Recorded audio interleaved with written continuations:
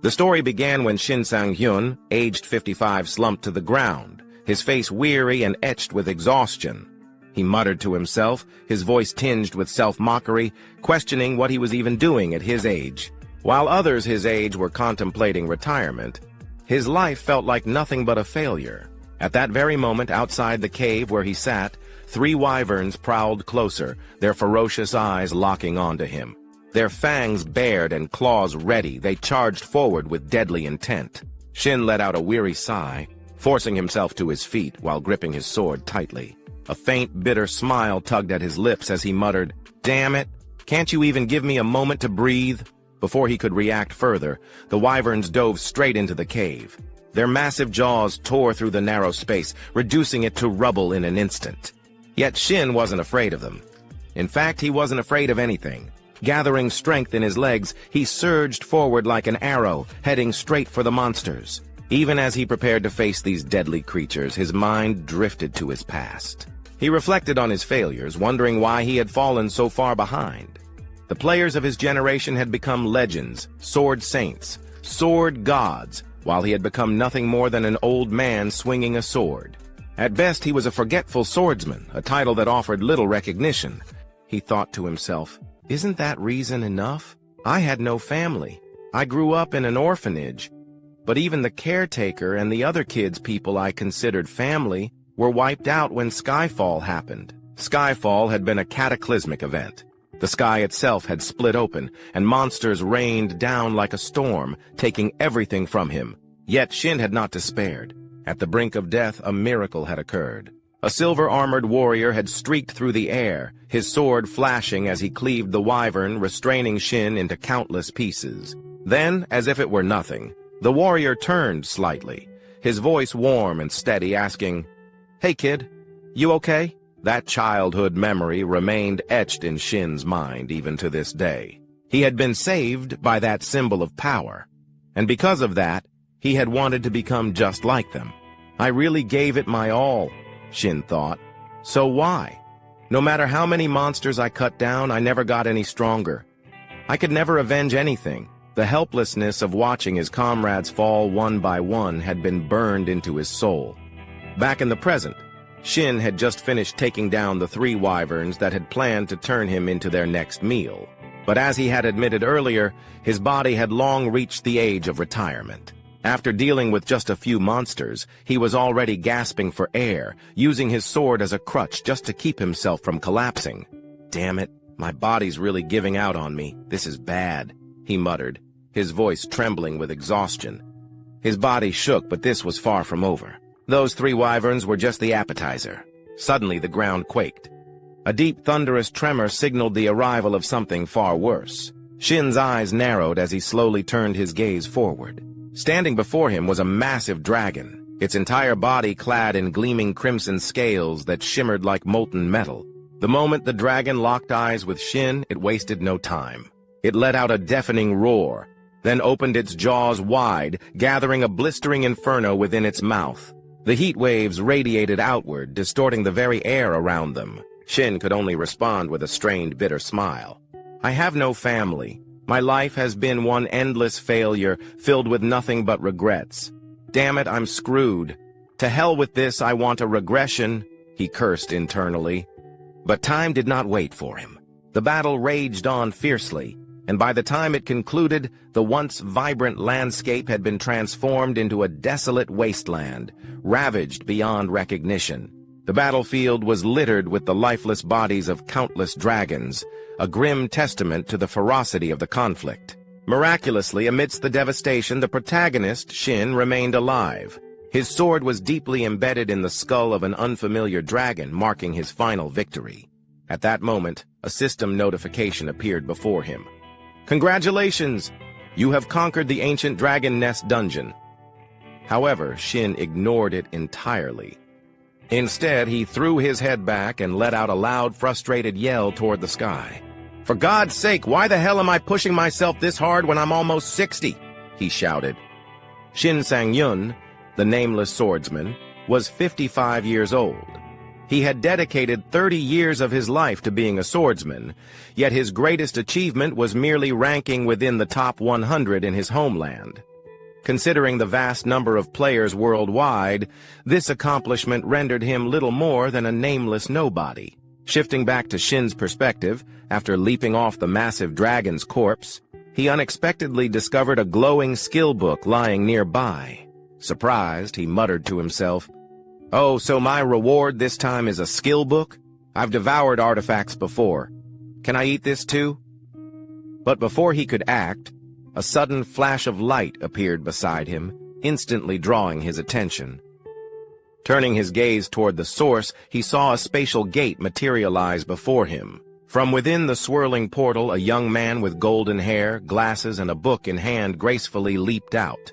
Simultaneously, a system notification popped up in front of Shin. The constellation "Diligent Student Who Found Success Late" has entered. Diligent student who found success late kindly blesses you for your hard work. Additionally, he praises your flawless finishing move. Seeing this newcomer, Shin wasn't particularly surprised. After all, this person was none other than his contracted constellation, Diligent Student Who Found Success Late. "Ha ha, thanks," Shin replied, genuinely grateful that this constellation had chosen to form a contract with a mere third-rate swordsman like him. The perks of this contract were significant. If a player reached level 850, all artifact effects and title stats would be doubled. Upon reaching level 900, all stats would be tripled. However, with his current level sitting at 650, Shin had yet to reap any benefits from this arrangement.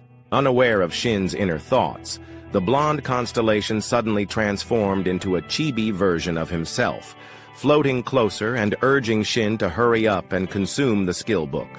Hearing this, Shin let out an awkward chuckle. "Ha ha ha, I was planning to eat it anyway. All right, here goes." With that, he stretched out his palm toward the skill book and activated his unique ability, Artifact Devourer. This is the only skill I've had since my awakening. To understand how it works, I tried cooking and eating artifacts. I even fried them, but there was no difference. By the time I finished my useless experiments, 30 years had passed. It was only when I attempted to synchronize my mana with an artifact of the right rank that I realized it activated my Artifact Devourer skill. But by then, it was already too late. Others had grown powerful the moment they awakened. Shin reflected. Before him, the skill book glowed brilliantly as his ability took effect. However, just a few seconds later, the light suddenly flickered out, snuffed out like a flame doused in water. "That's it? Nothing happened?" Shin muttered in disbelief. Silence followed, and then frustration surged within him. In one swift motion, he grabbed the book and hurled it forward. "Shouldn't this thing come with some kind of instructions? There's no way this is an actual skill book," he exclaimed. Beside him, his constellation companion scratched his head in confusion. "There's not much information available about pre-existing skills. Sorry, I can't be of much help," he admitted apologetically. He reassured Shin, saying there was still time, and suggested he try again, perhaps by synchronizing his mana once more. But instead of comforting him, those words seemed to ignite a fire within Shin. His teeth clenched, and the corners of his eyes stung as a sudden wave of emotion crashed over him. "Time? Who told you I still have time? I'm almost 60.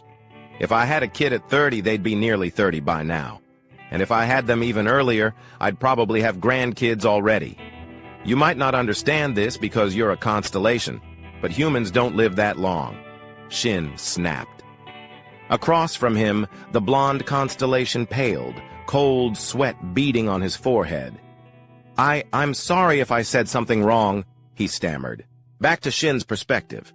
Seeing himself lash out at his closest companion over nothing, he realized it wasn't right. His face softened, and he let out a weary sigh, shaking his head. "No, you didn't say anything wrong. It's just, my life is full of regrets.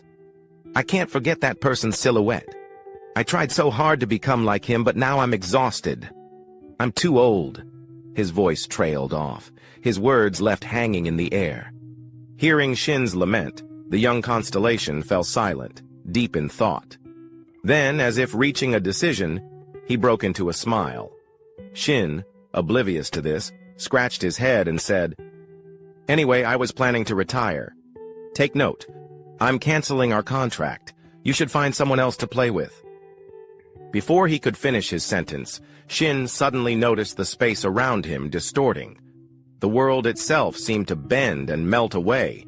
At that moment, a system notification flashed before his eyes. Constellation diligent student who succeeded late is maximizing the essence. You have been exposed to regression. Initiated scene transition.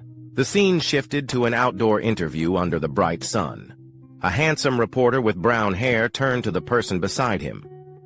Dungeons and gates. They're the basic environments for awakened individuals, or in other words, where players work, right? The person he was speaking to was a striking woman with red hair and neatly tied back hair, Han Hyan Zhong, CEO of Hyan Zhong Group. "That's right," she confirmed. "You can think of dungeons as stepping stones for players. As for gates, they lead to different dimensions, unknown territories that players must pioneer and explore." Back to the main character's perspective, Shin watched the interview on TV and finally confirmed his current situation. As he wiped down the short sword in his hands, he flashed a grin. "I really did regress. It's been ages since I last saw this broadcast. Now I get it. But 4 days have already passed. That means I've returned to 30 years ago, the moment my constellation activated his ability." Shin had lost consciousness when the constellation activated his ability. When he woke up, he found himself in the apartment he had lived in 30 years ago, no longer in his 55-year-old body. Now he was 25, armed with all the memories of his past life. No matter how I think about it, my regression was definitely caused by the constellation's magic. There's no other explanation. But still, I can't help but feel a little overwhelmed, he exhaled. "Oh well, no big deal. I should head out and get to work, right?" With that, Shin tightened his grip around the short sword in his hand. As expected, information about the weapon immediately appeared before him. The Venomous Dagger. Artifact rank, Bronze. Weapon type, one-handed dagger. Attack power, +17. Speed, bonus, +10. Description. A self-defense dagger that does not dull easily. Looking at the dagger, a nostalgic glint appeared in Shin's eyes. "This is the bronze-ranked dagger I was lucky enough to get at this point in time. It's ranked low, but I know its hidden skill." Without hesitation, Shin activated Devour artifact, causing the dagger to emit a brilliant flash of light. A system window appeared before him. Absorption rate calculated. Base absorption rate for bronze artifacts, 10%. Past usage evaluation applied. Absorption rate increased to 20%. Since I didn't use it for long, the absorption rate is low. But what really matters is its hidden skill, Shin thought. Mana synchronization with Venomous Dagger initiated. Entering the unconscious realm. As the notification rang out, Shin's consciousness was pulled into a pitch-black space void of any light. The unconscious realm. This is the place I need to pass through in order to devour an artifact. I always get nervous coming here. I never know what kind of food will appear, he muttered. Despite his words, he smiled in anticipation. Sure enough, before he could wait any longer, something suddenly emerged in front of him. A roast chicken glowing with a gentle light. "This is barbecue roast chicken with olive oil," Shin observed. Seeing the dish's appetizing appearance, he let out a sigh of relief. "I'm glad it's something normal. I was worried it might be something disgusting like a swamp centipede, but if it's a meal like this, I can eat it easily."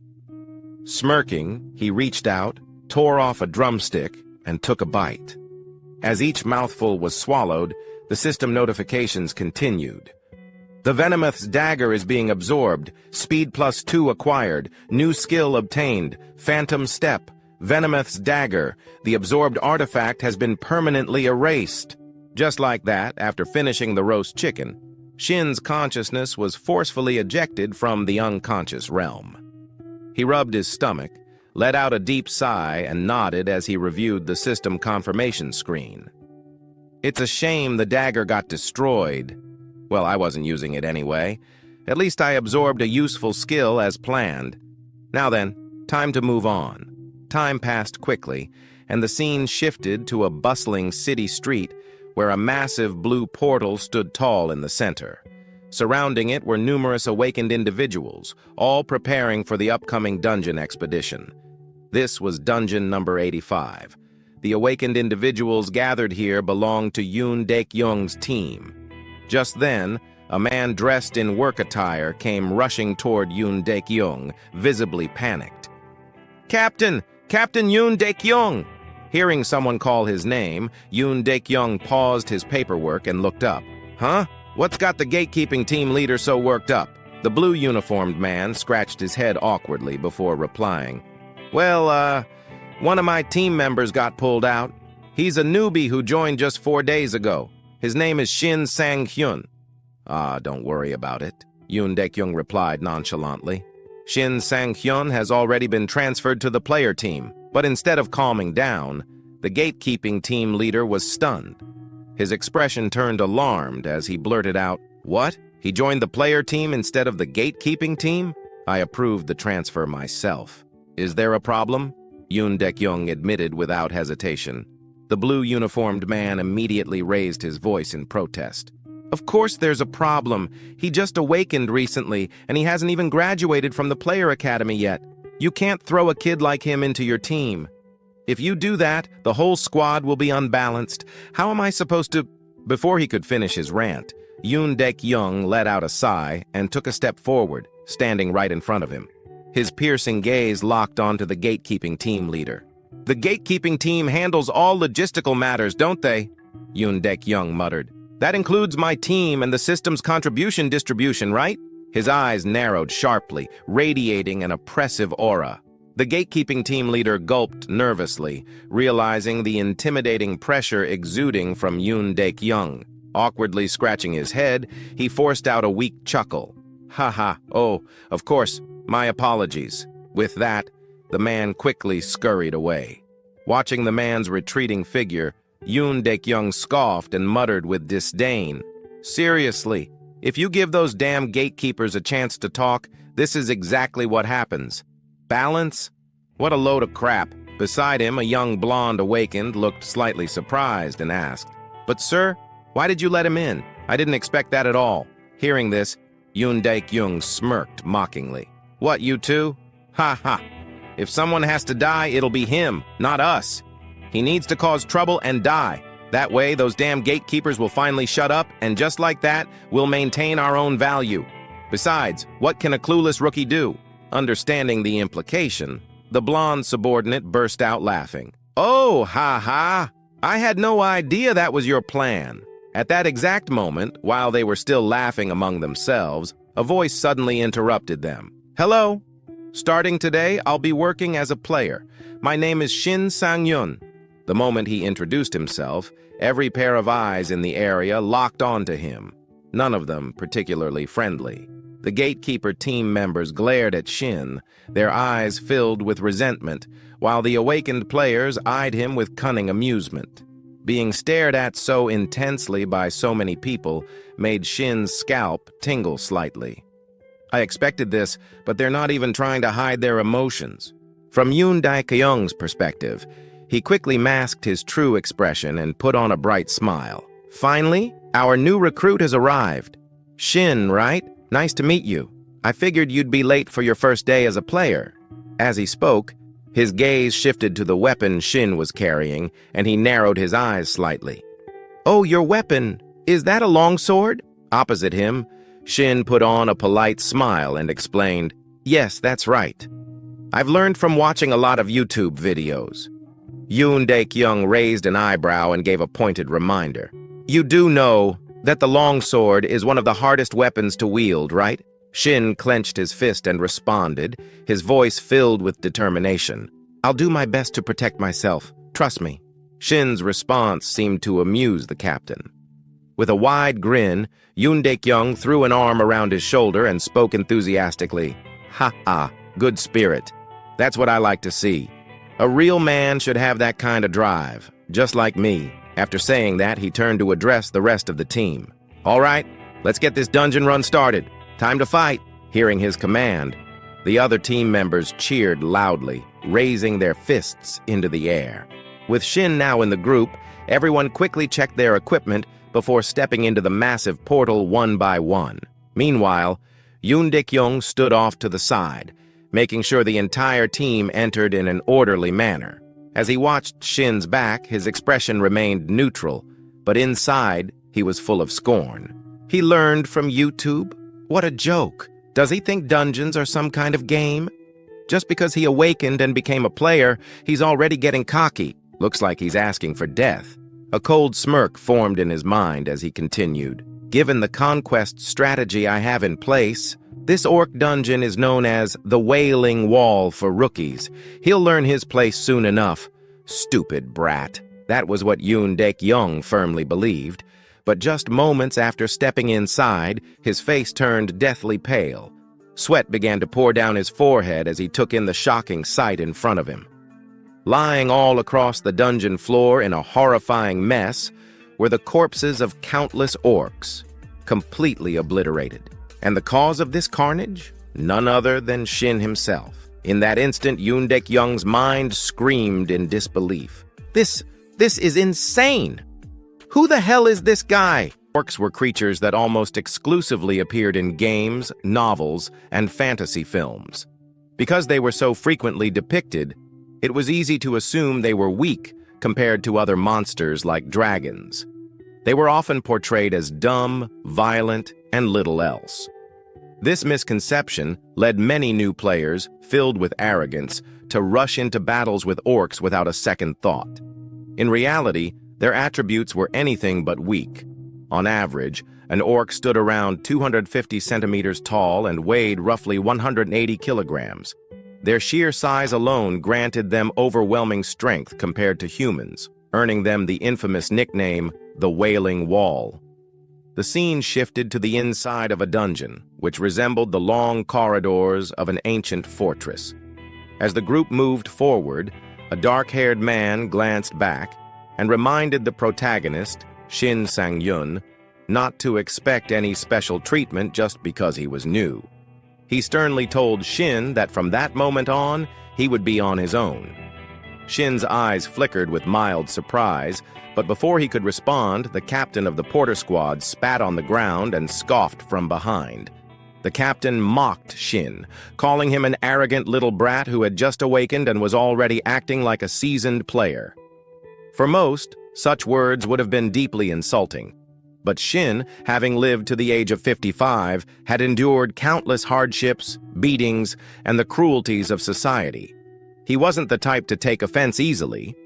Instead, he simply scratched his head and chuckled, saying he would do his best.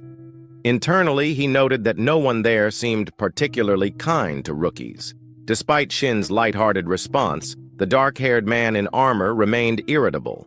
He snapped at Shin, emphasizing that it wasn't about doing his best, but about doing things right. Trying his best, he said, was useless. Shin's expression remained calm, and after a brief pause, he asked if he would be allowed to fight on the front lines if they encountered monsters. The armored man scowled and asked if Shin was out of his mind. Before he could continue berating Shin, his expression suddenly shifted to one of alarm. He urgently warned the group that an orc was approaching. Upon hearing this, Shin and the leader of the porters immediately turned around. Sure enough, a green-skinned orc with bulging muscles was closing in on them from behind, gripping a massive axe. Instead of feeling fear, Shin felt a surge of excitement. He thought to himself that this would be his first battle since his regression and decided to take it on. Before Shin could even finish his thought, the armored man rushed forward, shield in hand, slamming directly into the orc's body and temporarily stopping its movement. Seeing this, the black-haired man's face twisted in shock as he yelled at Shin, calling him an idiot for moving so slowly and questioning his ability to wield a great sword properly. Shin calmly reminded him that he didn't have to help. The black-haired man, now even more frustrated, shouted at Shin to prove his skills. In his flustered state, he failed to notice that the orc had already raised its axe high, preparing to strike. Shin quickly pointed this out, but the black-haired man scoffed and turned back, only to realize too late that the orc's axe was inches from his face. He could even smell the rusty metal and the dried blood clinging to its surface. For a split second, he thought he was done for. Just before the deadly blow could land, Yoon Daik-young, the leader of the team, barreled in like a human tank. With sheer brute force, he slammed his shield directly into the orc's face, sending the massive creature flying backward and crashing into the ground, leaving a small crater upon impact. Seeing that the orc was temporarily incapacitated, Yoon Daik-young turned and bellowed at the two of them, demanding they focus and stop treating the situation like a playground.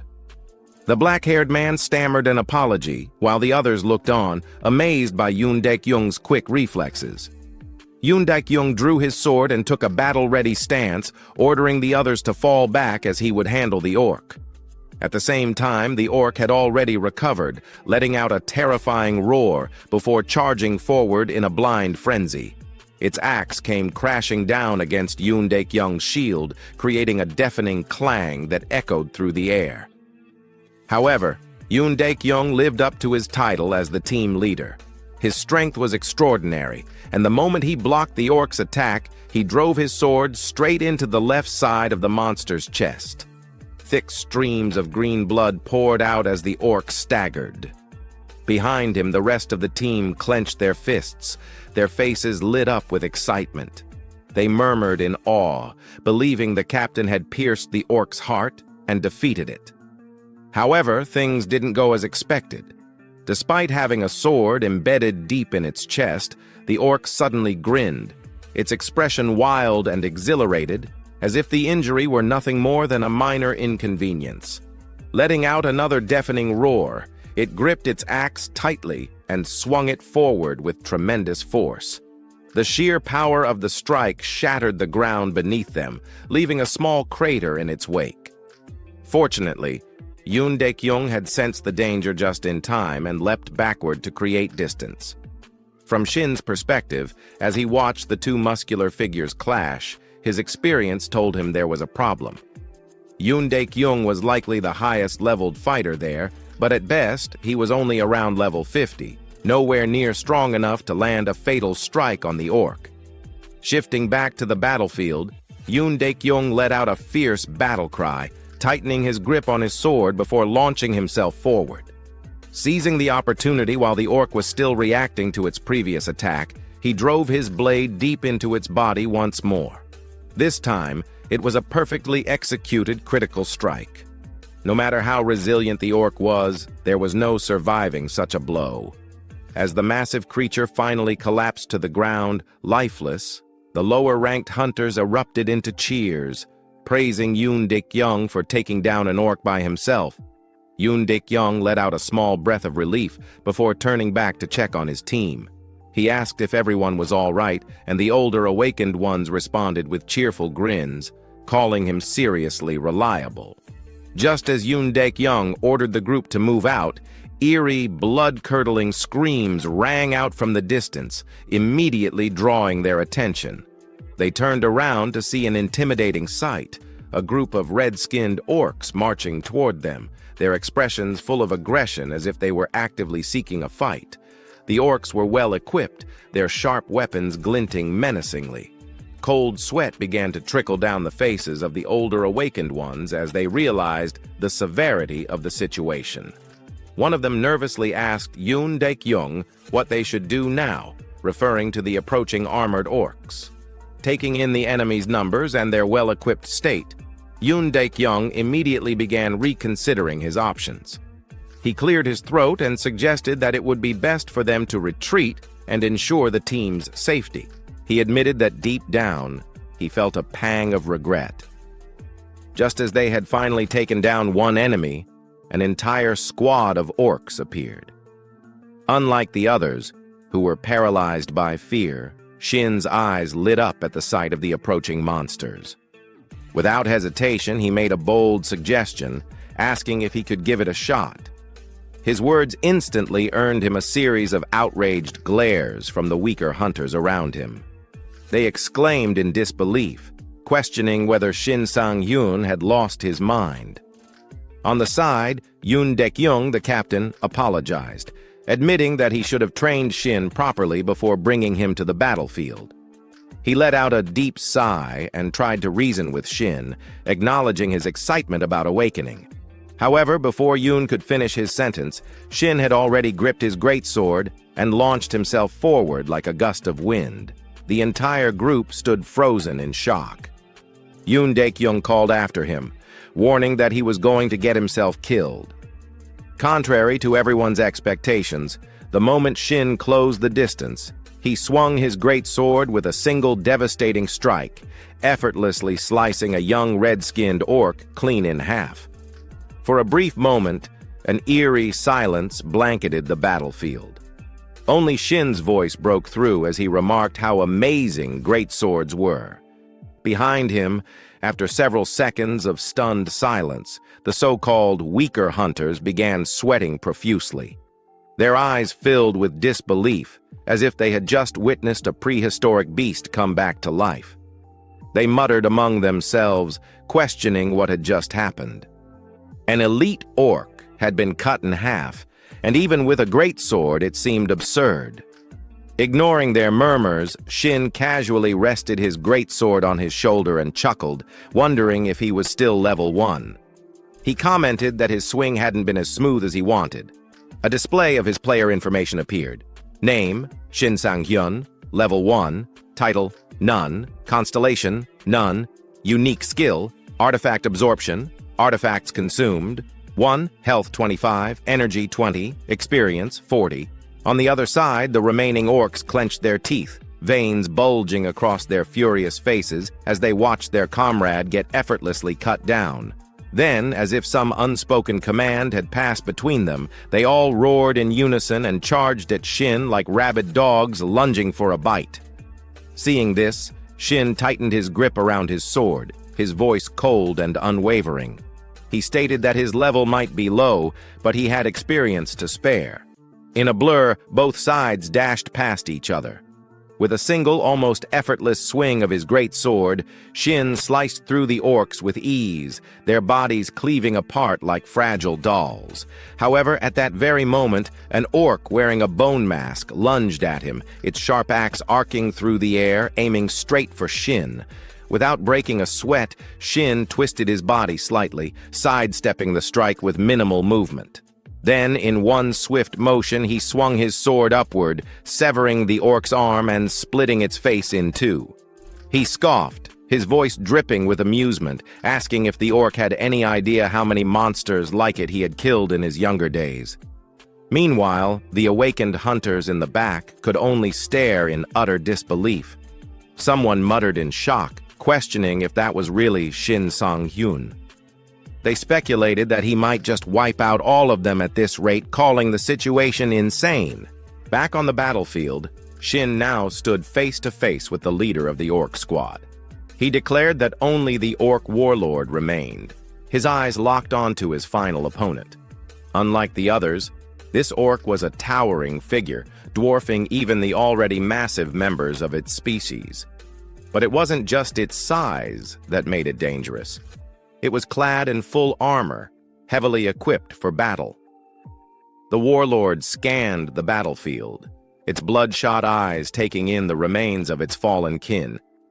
Rage swelled within its chest, and with a deafening roar, it lifted its massive spiked club and swung it downward with overwhelming force, aiming to crush Shin in a single blow. Seeing this, Shin wasted no time and leapt to the side, dodging the attack in a blink. The unfortunate wall behind him, however, wasn't so lucky. It exploded into rubble under the sheer force of the orc's strike. But Shin didn't even glance at the destruction. Mid-air, he twisted his body and swung his greatsword in a clean, decisive arc, slicing straight through the warlord's thick neck. However, the wound Shin had just inflicted was too shallow, not nearly enough to take down the monstrous orc. Seeing this, the squad leader, clearly worried, shouted that the orc's skin was too thick and that their attacks were useless. He concluded that they were screwed. Before the orc leader's words could fully settle in the air, it seized the moment Shin landed, letting out a fierce roar. It swung its massive arm backward, bringing its colossal war club down toward Shin's much smaller frame. Yet, Shin showed no sign of concern whatsoever. "Calm down, will you?" he said casually, his voice steady. At the same time, he activated his skill, Demon Breaker. A system notification appeared. Hidden skill activated. Status abnormality blocked. Cooldown, 15 seconds. Skill level, 1. Effect. When attacking a target, be it human or monster, the target will be immobilized for 2 seconds. Success rate and duration depend on the target's resistance level. The moment the skill took effect, the orc leader's entire body froze in place. Its weapon, which had been mid-swing, halted abruptly, and its massive frame trembled violently as it struggled against the invisible force restraining it. Seeing this, Shin grinned, his eyes narrowing in amusement. "Yeah, just stay put like that," he chuckled. Across from him, the orc leader let out a panicked howl, but before it could even comprehend what was happening, Shin's razor-sharp blade had already sliced clean through its thick neck, sending its head flying. The orc's massive body collapsed to the ground with a heavy thud, while its severed head rolled to a stop at the feet of Yoon Daek-young, who stood watching from a short distance away. The sheer brutality of the scene left everyone in stunned silence. "What the hell did I just witness?" someone muttered. "Didn't he just awaken 3 days ago?" another stammered. "And that disruption skill he used, isn't that supposed to be an advanced ability? I thought even high-ranked players could only stun an enemy for like 1.5 seconds at most, and he's wielding a great sword like he's been doing it his whole life. Should we ask him what kind of YouTube videos he's been watching?" A chorus of whispers and murmurs of admiration spread through the group. Meanwhile, Yoon Daek-young stood frozen, his mind racing. Watching Shin display such overwhelming strength was nothing short of baffling. Did he really just use a high-level skill? And against an armored orc, no less. He's only been awakened for a few days, hasn't he? Where the hell did he even get a skill like that? The more he thought about it, the more intrigued he became. A system notification appeared. "Congratulations! You have leveled up. You have met the requirements to receive a title. You have obtained the title, Fearless Immature Puppy. Title rank, F effect +5 evasion." Seeing the unexpected reward from the system, Shin felt both surprised and excited. "I wasn't really paying much attention to leveling up, but I didn't expect to get a title and a bonus effect on top of that. This is amazing." The system then continued with another notification. "You have unallocated stat points. Please choose a stat to enhance." Available points, 1. At the same time, the system interface shifted to his attribute screen. Seeing this, Shin reached his hand forward to allocate his points. "I already know which stat I want to increase. In my past life, I learned this lesson far too late. Luck directly affects skill accuracy and item drop rates. And right now, I need it more than anything." Without hesitation, he immediately allocated his newly earned free stat point into luck. However, before he could take a moment to analyze things further, Yoon Daek-young suddenly stepped forward from behind and started questioning him. "Are you really Shin Sang-hyun? That skill you just used, disruption, where did you get it from?" Shin found himself slightly caught off guard by the question. "I just regressed, and I've only been using my skills for good, but even so, I can't exactly tell him the truth." With that in mind, he quickly made something up. "Ah, I had it the moment I awakened," he replied casually. Of course, Yoon Daek-young wasn't going to accept such a vague answer. He immediately pointed a finger at Shin and pressed further. "Do you even hear yourself? That doesn't make any sense. Stop trying to dodge the question. Are you absolutely sure? Did you just get lucky and stumble upon a diamond-tier artifact or something even higher?" His gaze then shifted toward the greatsword in Shin's hands, clearly assuming that all of Shin's strength came from the weapon. Noticing the suspicion in Yoon Daek-young's eyes, Shin simply extended his sword toward him and smirked. "Would you like to check it out for yourself?" On this side, Captain Yoon Daek-young was slightly taken aback by how casually Shin handed over his weapon. However, he still accepted the greatsword to inspect it. Yeah, all right. If you're offering..." With that, he focused on examining the weapon, and in an instant, all of its details were displayed clearly before his eyes. Faded greatsword. Type: two-handed weapon. Weapon class: greatsword. Attack power: 50. Effect: none. Description: a standard greatsword with a simple design, offering no special abilities. As soon as he saw the information provided by the system, Yoon Daek-young practically screamed like his house was on fire. "What the hell? This is seriously just a normal greatsword?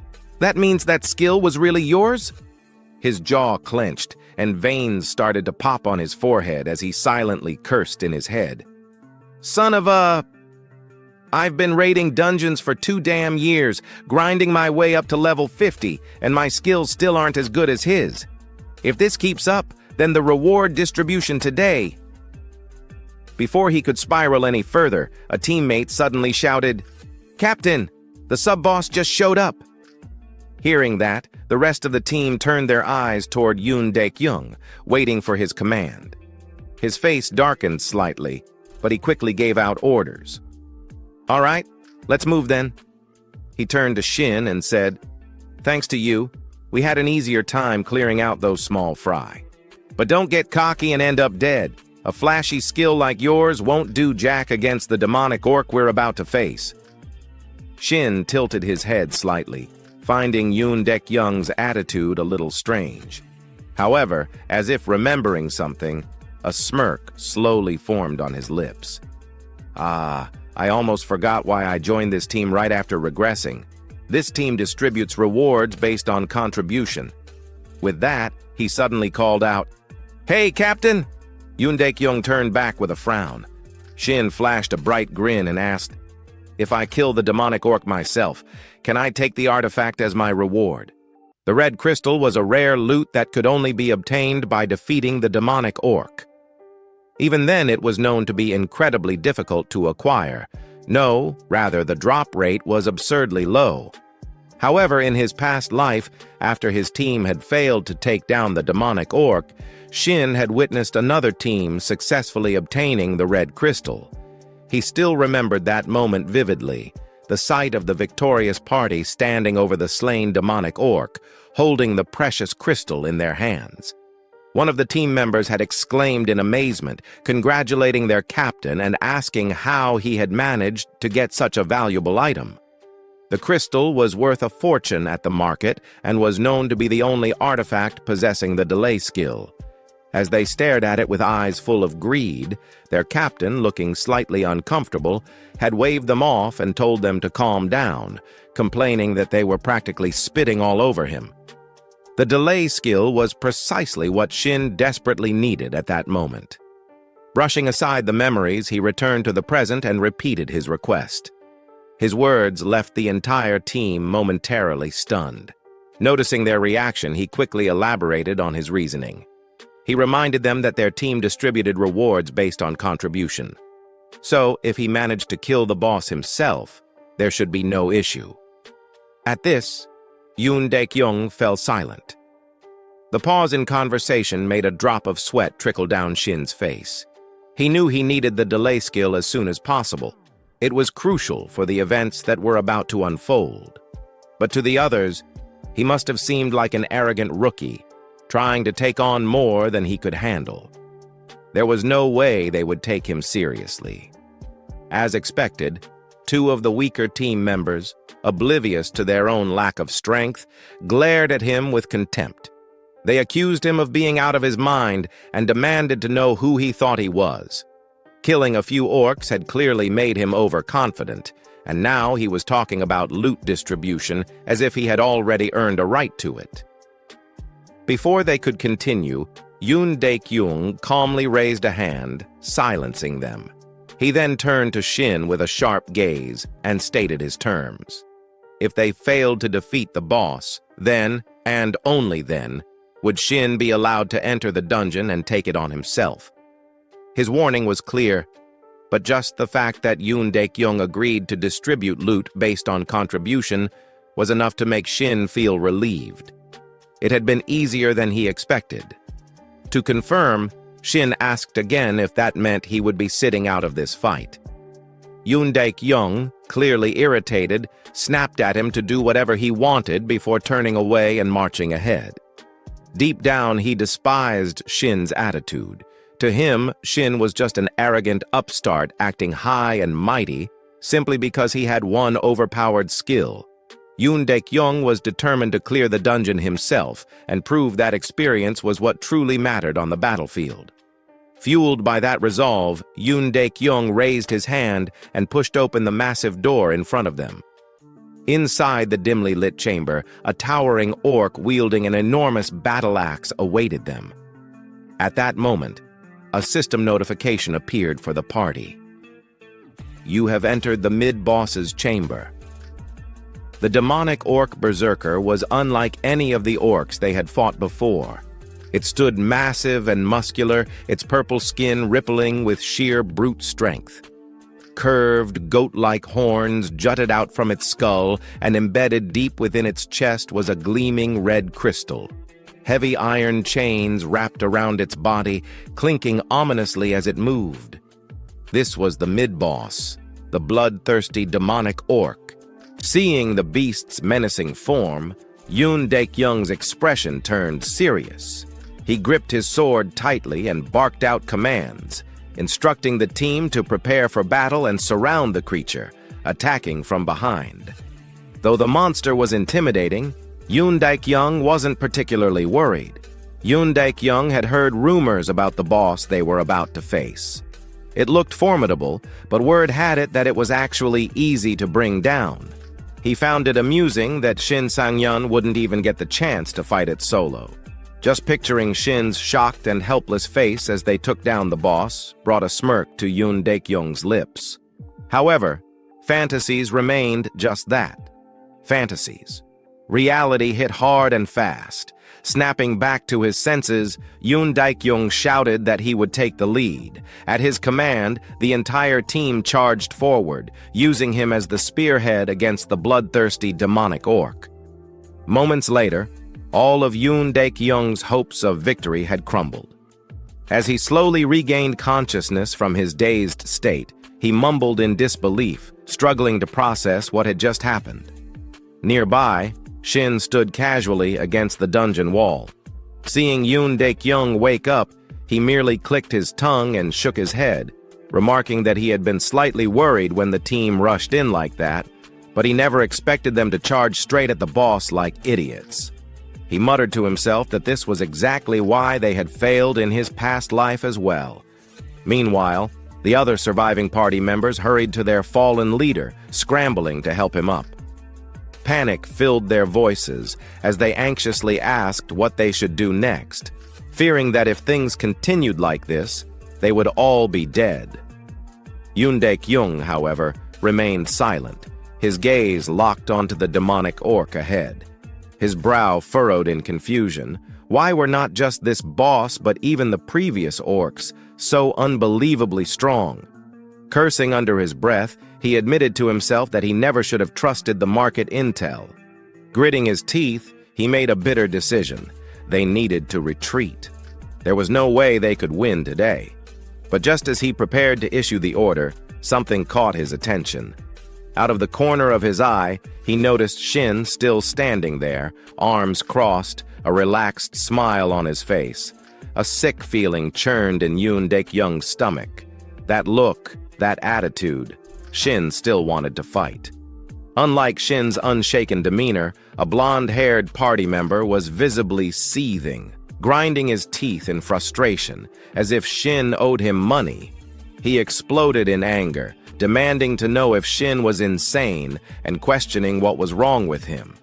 Before the blonde-haired man could continue his rant, Yoon Daek-young abruptly swung out an arm, silencing him. With a firm voice, he ordered everyone to fall back, explaining that the boss had terrible peripheral vision and that they could slip past its blind spot. The rest of the party exhaled in relief. Someone even muttered a quiet thanks to the heavens.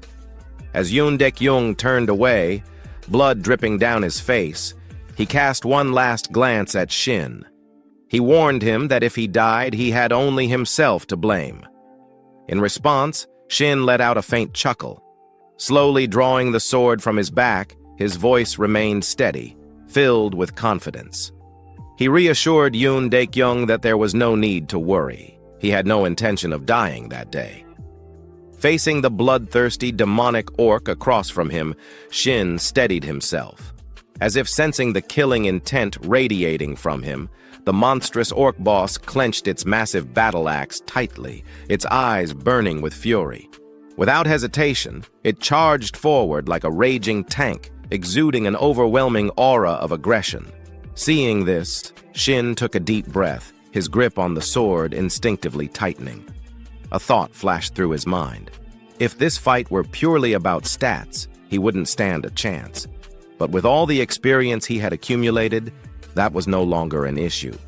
With that realization, he swiftly swung his sword to the right, deflecting the orc's battle axe to the side. In an instant, a piercing metallic crash rang through the air as steel collided with steel. The demon orc let out a low, guttural growl, clearly startled by the unexpected resistance. Meanwhile, the awakened fighters who had been preparing to retreat suddenly halted in their tracks upon hearing a loud metallic clash. They turned to one another, exchanging puzzled looks. One of them muttered in disbelief, wondering aloud if they had truly heard a loud clang. Another asked if Shin had just knocked the orc's axe away.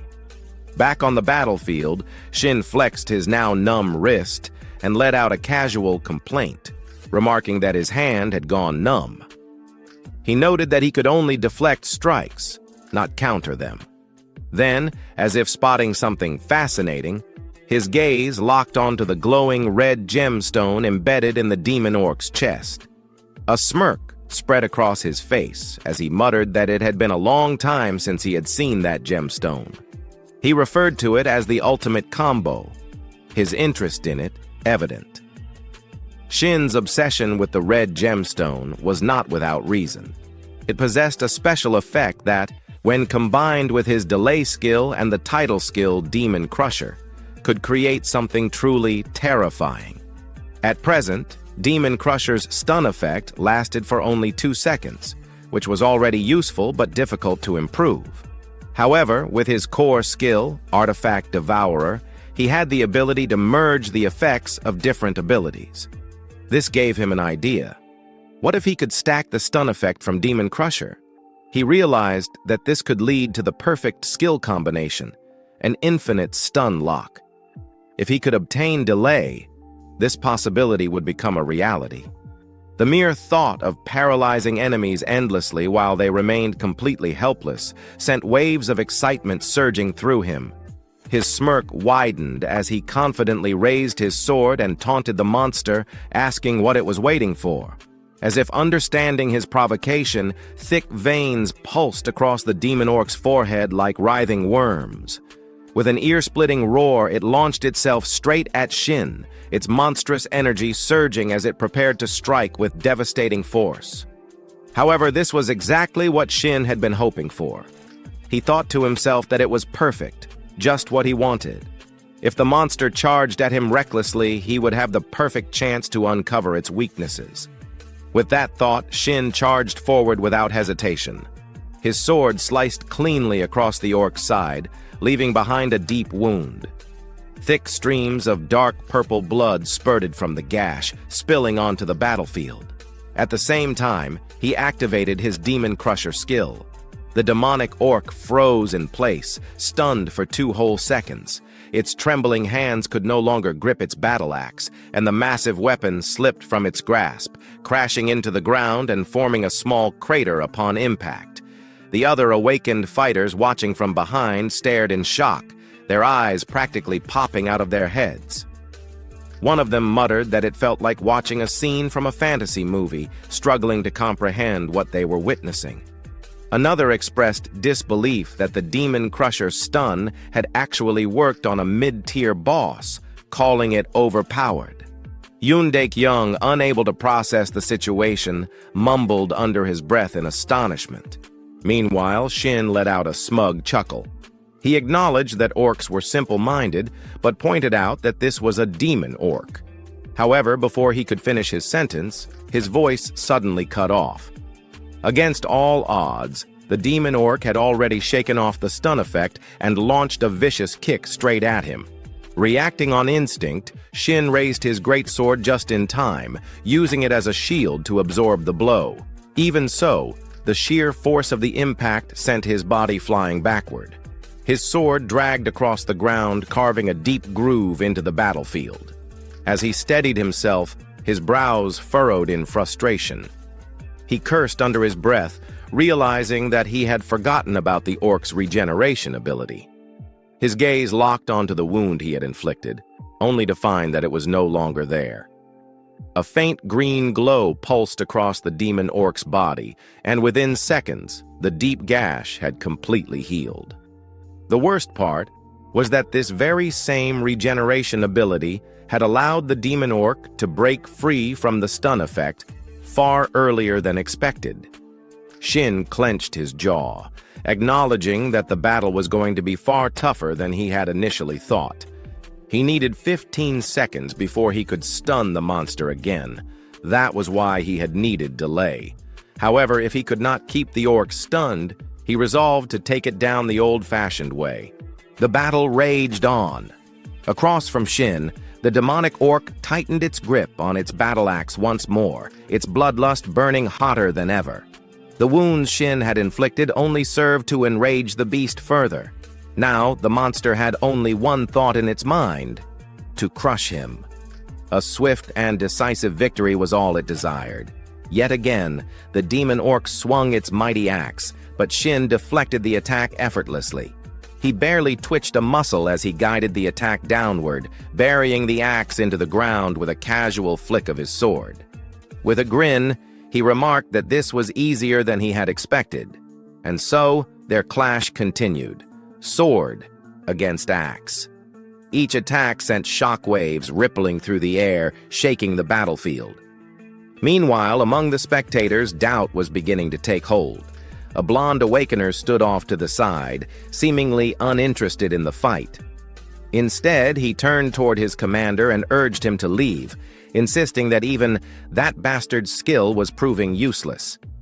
Yoon Daek-young, the commander, appeared stunned, his voice laced with confusion. He questioned why the stun skill wasn't working, noting that the level gap was barely noticeable. He couldn't understand why Shin looked so confident. Was he really just a newbie? The thought gnawed at him. Something wasn't adding up. Back on the battlefield, Shin was growing bored.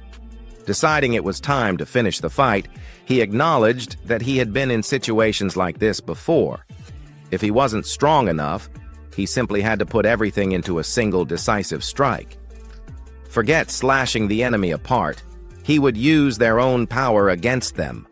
Gripping his sword tightly, he waited, his eyes sharp as they tracked the demon orc's movements. Then, the perfect opening presented itself. With a flash of movement, Shin lunged forward. The orc charged at full speed, completely unaware that it was running straight into its own demise. Shin's blade pierced cleanly through its chest, striking straight through the heart. The orc let out a final gurgling gasp, coughing up a mouthful of blood before collapsing lifelessly. At the same time, a system notification appeared before Shin's eyes. "Congratulations! You have defeated the mid-boss, Demon Orc. You have leveled up. You have earned the title, Demon Hunter, rank E. Title effect: when facing mid-bosses or higher, your healing ability increases by 5x. Reading through the effect, Shin couldn't stop himself from grinning. 2 titles already. Was this what it felt like to play solo? Just as he was about to revel in his victory, his eyes caught movement. Commander Yoon Daek-young was slowly approaching, his wide eyes still filled with disbelief. Even now, he struggled to accept the reality before him. The very same mid-boss that had wiped out his entire team had just been crushed effortlessly by this so-called newbie. Seeing the stunned expressions of those around him, Shin quickly forced out a crooked smile. There was only one way to avoid unnecessary trouble. Activating his amateur acting skills, he raised his voice in a dramatic wail, lamenting how he had almost died and how he couldn't have managed without the commander dealing damage. The perfect bluff. The blonde awakener, completely unaware of the situation, immediately turned to his commander with admiration. He eagerly asked when the commander had even landed a hit on the monster. Yoon Dae-kyung, however, wasn't fooled. He knew very well that he hadn't even scratched the mid-boss. His gaze shifted toward Shin, filled with confusion. Meanwhile, Shin smirked internally. Surely the commander wasn't that dumb, right? He was throwing him a bone. He just had to take it. Yoon Dae-kyung's gaze drifted to the red crystal on the ground, and he instantly understood Shin's intention. Keep your promise. That's what he's saying. Letting out a defeated sigh, Yoon Dae-kyung mumbled to himself, admitting his complete loss. However, the moment of hesitation vanished as he straightened his posture. With renewed confidence, he turned toward his team and barked out orders. Announcing that the mid-boss was down, he commanded them to prepare for the final boss. "Yes, sir," the squad responded in unison before moving forward. As they ascended the stairs to the next floor, a few of them couldn't resist sneering at Shin. Some muttered how there was no way that kid had taken it down alone. Others wished they had the stun skill, though they admitted it hadn't even worked on the mid-boss. Shin ignored the chatter. His focus was elsewhere, on the true prize. His gaze locked onto the red crystal, the very thing he had been waiting for. Once the audience was gone, he smirked. Time to eat this thing. Item: red crystal. Rarity: silver. Type: special equipment. Accessory. Special effect: delays attribute decay, stat bonuses, +10 vitality, +10 strength. Description: a rare item obtainable only by defeating the demon orc. It contains condensed resilience and endurance. A smirk formed on Shin's lips as he picked up the crystal. Let's see what this thing can really do. A strange feast. The moment Shin absorbed the red crystal, his consciousness was pulled into a subconscious void. Before him sat a steaming dish, spicy cold noodles with jellied meat prepared by the super chef. Just looking at the dish, an uncontrollable hunger surged through him. Without hesitation, Shin grabbed the bowl, lifted his chopsticks, and began eating. As he devoured each strand of noodles, a series of system notifications appeared. You are now ready to absorb the red crystal. Absorbing red crystal. Based on the base absorption rate of 20% for silver tier items, your strength and vitality have increased by +2. You have obtained the special effect. Delay. You can now embed this effect into one of your skills. A bead of sweat rolled down Shin's temple. Why do I feel so uneasy about this? Which skill would you like to combine with delay? Add it to Demon Smash, Shin replied immediately. The system confirmed the combination. The delay effect has been added to Demon Smash. If you use Demon Smash before the first stun expires, the effect duration will extend as follows. Second and third hit, 90% success rate. Fourth hit, 60% success rate. Fifth hit, 30% success rate. The moment the message ended, Shin was thrown out of the subconscious space. He stared at the system screen in disbelief, eyes wide in shock. A guaranteed 4-second stun? I only thought it was theoretically possible, but it actually works. To confirm, he rubbed his eyes and double-checked the system logs. An unexpected proposal. Just then, a voice from behind interrupted his thoughts. Can we talk for a moment? Turning around, Shin saw Yoon Dae-kyung standing behind him. What now? Sure, what's up? Shin asked. Yoon Dae-kyung's tone was hesitant, but he spoke clearly. Right ahead is the final boss room. Shin raised an eyebrow. You want me to stay behind? But what the captain said next shocked him. No, I'd be a failure of a leader if I didn't know how to use a talent like you. Let's work together, Shin Sang-hyun. As he spoke, he extended his hand. It seemed that after Shin helped him save face, Yoon Dae-kyung had fully regained his composure and was now leading like a proper commander. Shin had no reason to refuse. Ha ha. but my conditions stay the same. He grinned, clasping Yoon Daek-young's hand. Yeah, I know. The captain chuckled in response. The final boss room. At that moment, the blonde awakener approached, arms crossed. Are we finally heading in? Yoon Daek-young nodded firmly. Yeah. From this point on, everyone needs to stay alert. But as they moved forward, the blonde suddenly clicked his tongue, shooting a glaring look at Shin. This left the protagonist utterly confused. The hell's his problem? Did he eat expired food or something? Meanwhile, Yoon Daek-young didn't seem to notice the blonde's sour attitude. With a bright grin, he patted Shin's shoulder. Let's finish this up. Drinks are on me after. Time flew by quickly as Shin's team finally stepped into the last boss room of dungeon number 85. Their opponent this time was a monstrous orc with ash-gray skin covered in strange, spiral-shaped runes that pulsed faintly. In its grip was a blood-stained spiked mace, still dripping from its last victim. An overwhelming savage aura radiated from the creature.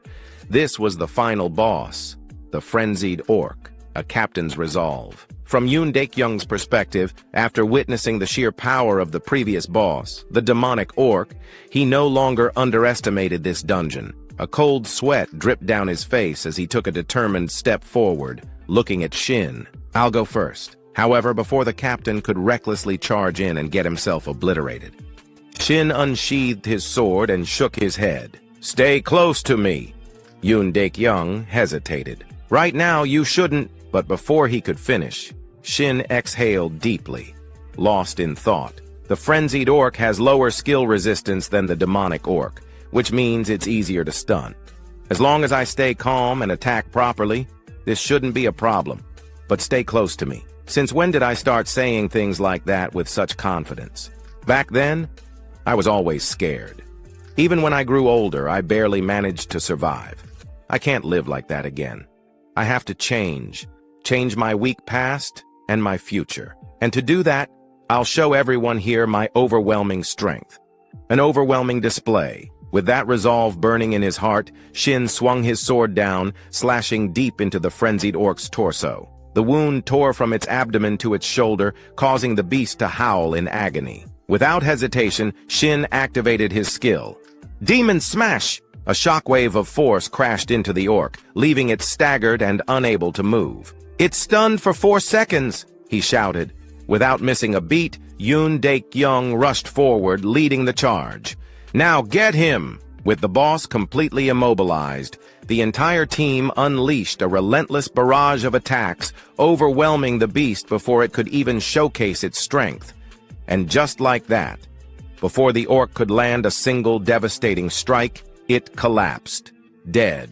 Dungeon complete. The moment its massive body hit the ground, a system notification rang out. Congratulations!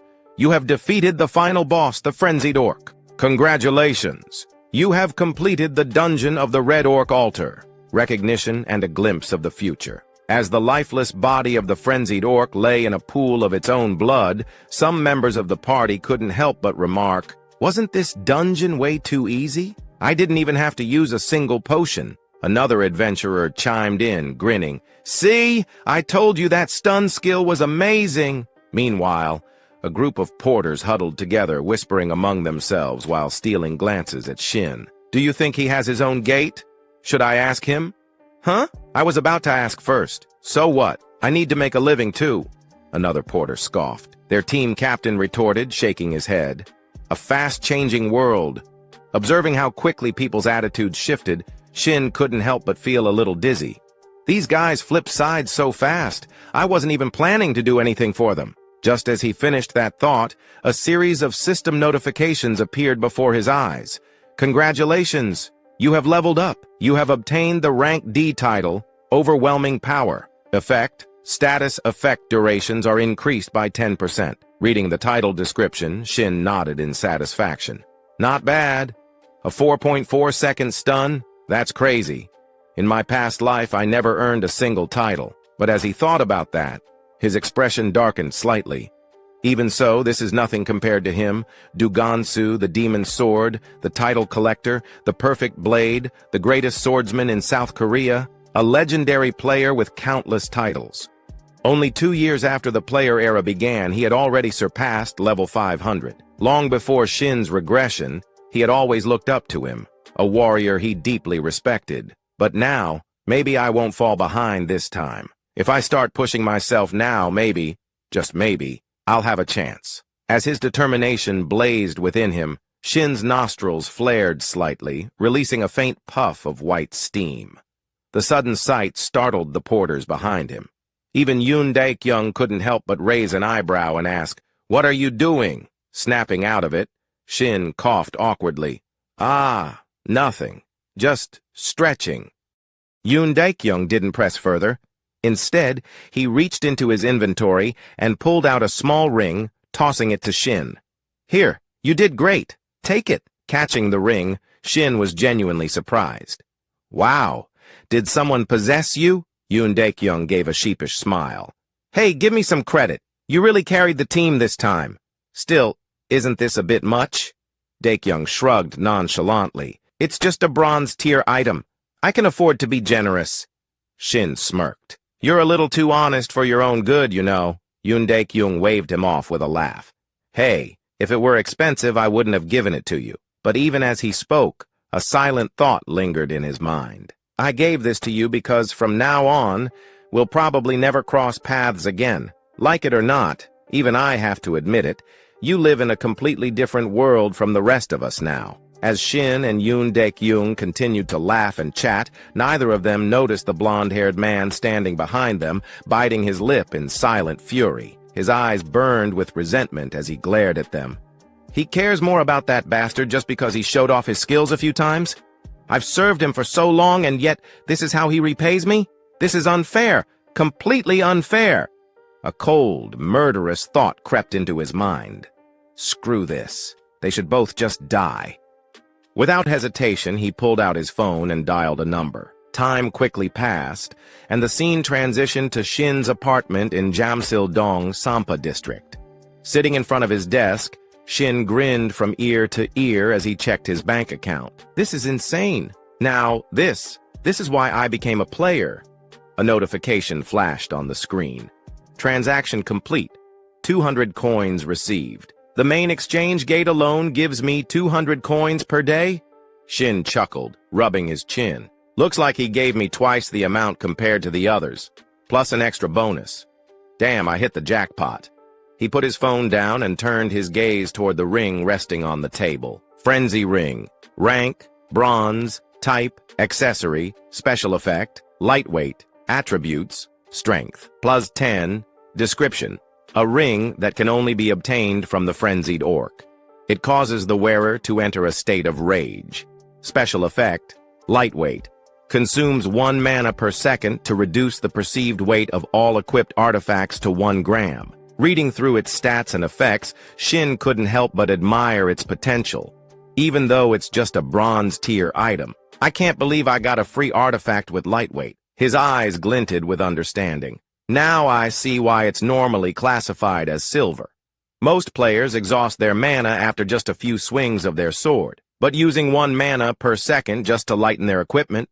That's ridiculous. Who the hell would waste their mana on something like that? The thought made him chuckle to himself, but then his expression shifted, his grin turning sharper. Then again, none of that matters to me. Shin leaned back in his chair, deep in thought. In my past life, I only discovered my ability when I was already over 50 years old, but that's exactly why I trained so damn hard to master it. He recalled a crucial memory, a time when he consumed an artifact that required mana defunction, and the result?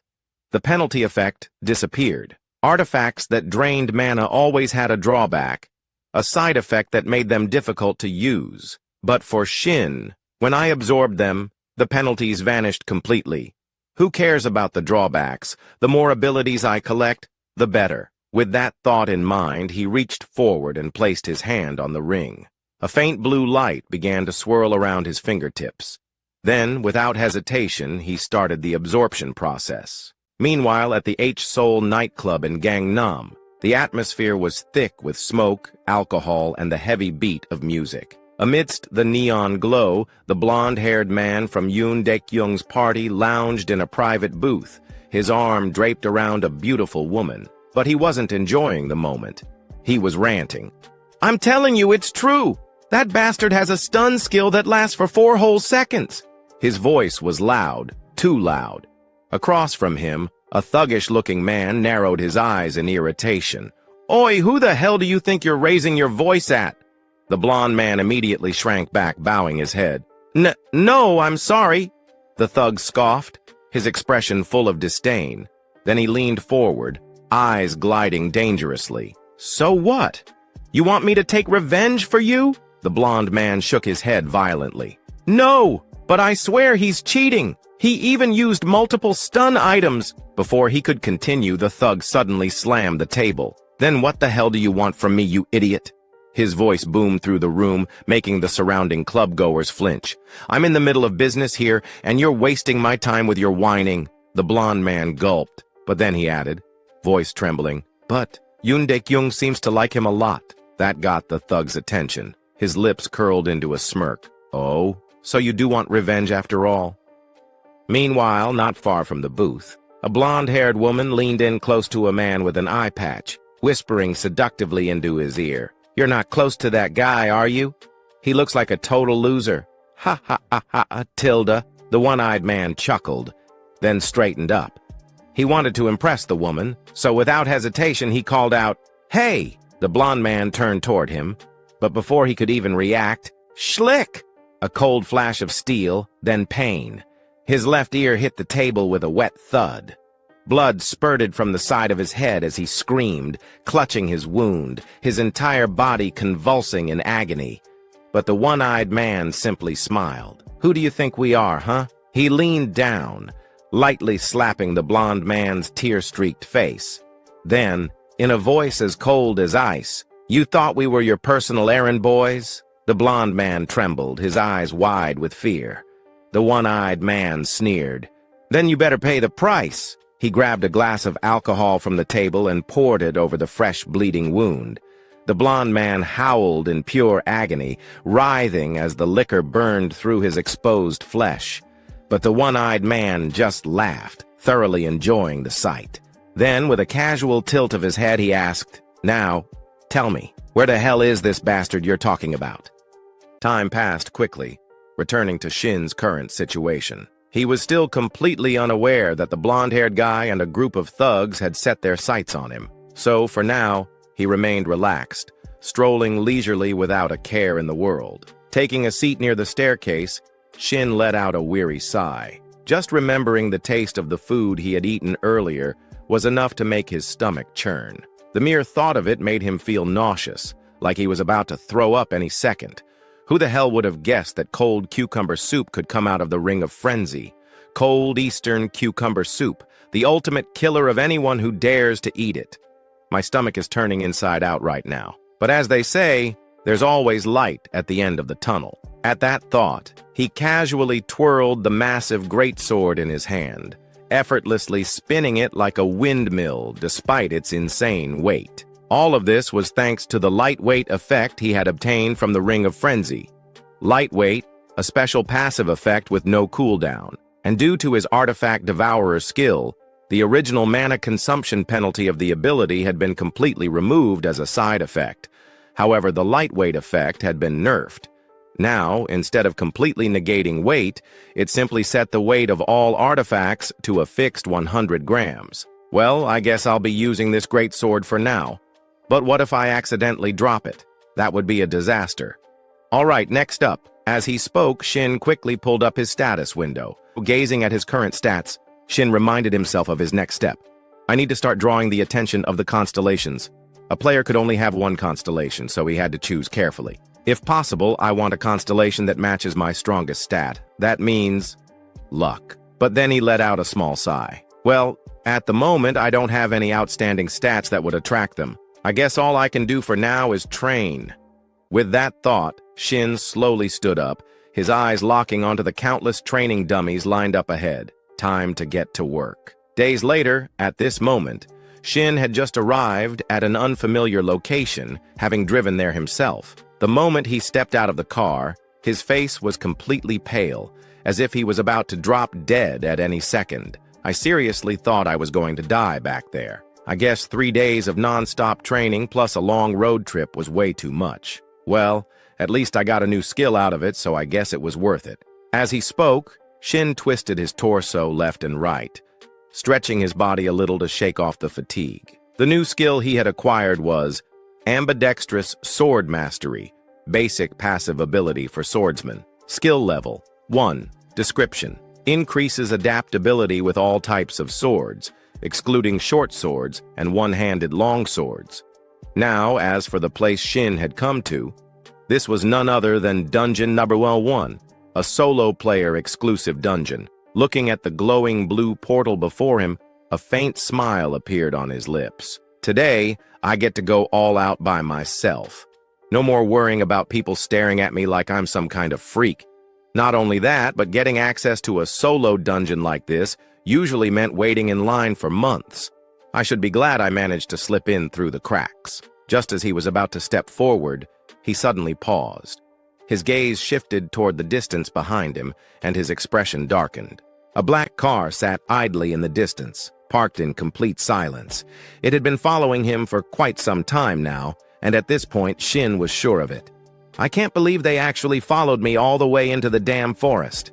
I don't know what they want, but whatever it is, I'll settle it inside the dungeon. His voice turned cold, and his eyes gleamed with a dangerous edge. Inside the dungeon entrance, the entrance to Dungeon 101 resembled a massive cave, its dark, ominous passage stretching deep inside. Emerging from the blue portal, a group of thugs stepped forward calmly, their expressions unreadable. It seemed that the blonde-haired traitor had somehow convinced them to take the job. But before they could take another step, Shin's voice rang out, cutting through the air. "This is a solo-player dungeon, isn't it? You guys couldn't have gotten lost. That means you're trespassing in my playground." Hearing that voice, the leader of the rat gang raised an eyebrow in slight surprise. His eyes swept over Shin, taking in his posture. The guy looked like he had been waiting for them this whole time, but that moment of curiosity quickly turned into mocking laughter. "Are you stupid or something?" Turning back to Sang-un, the whole gang erupted into laughter, their expressions full of amusement at his supposed foolishness. Shin, however, remained calm. The moment he got a good look at them, he immediately realized something was off. These guys weren't a normal dungeon raid team. Thinking it over, he decided to give them one last chance to avoid unnecessary bloodshed. "I won't report this, so get lost." His eyes narrowed slightly as he spoke. At the same time, he silently analyzed the entire group, scanning them carefully before coming to a quick conclusion. No healers, no mages. They gave up stability, the one thing every dungeon party needs, to form an all-swordsman and archer team. These guys aren't dungeon hunters. They're awakened hunters, a pack of hyenas. Just as he suspected, this was a group that specialized in hunting other awakened players. And judging by their attitudes, they weren't even trying to hide it anymore. Ha! This dumbass actually thinks he's something special. The huge thug let out a loud laugh. Meanwhile, the small blonde-haired guy next to him sneered. "That's your fate, dumbass. If you die here, not even your corpse will be found." For some reason, Shin felt a strange sense of familiarity with this group. Digging through his memories, he remembered something from the past.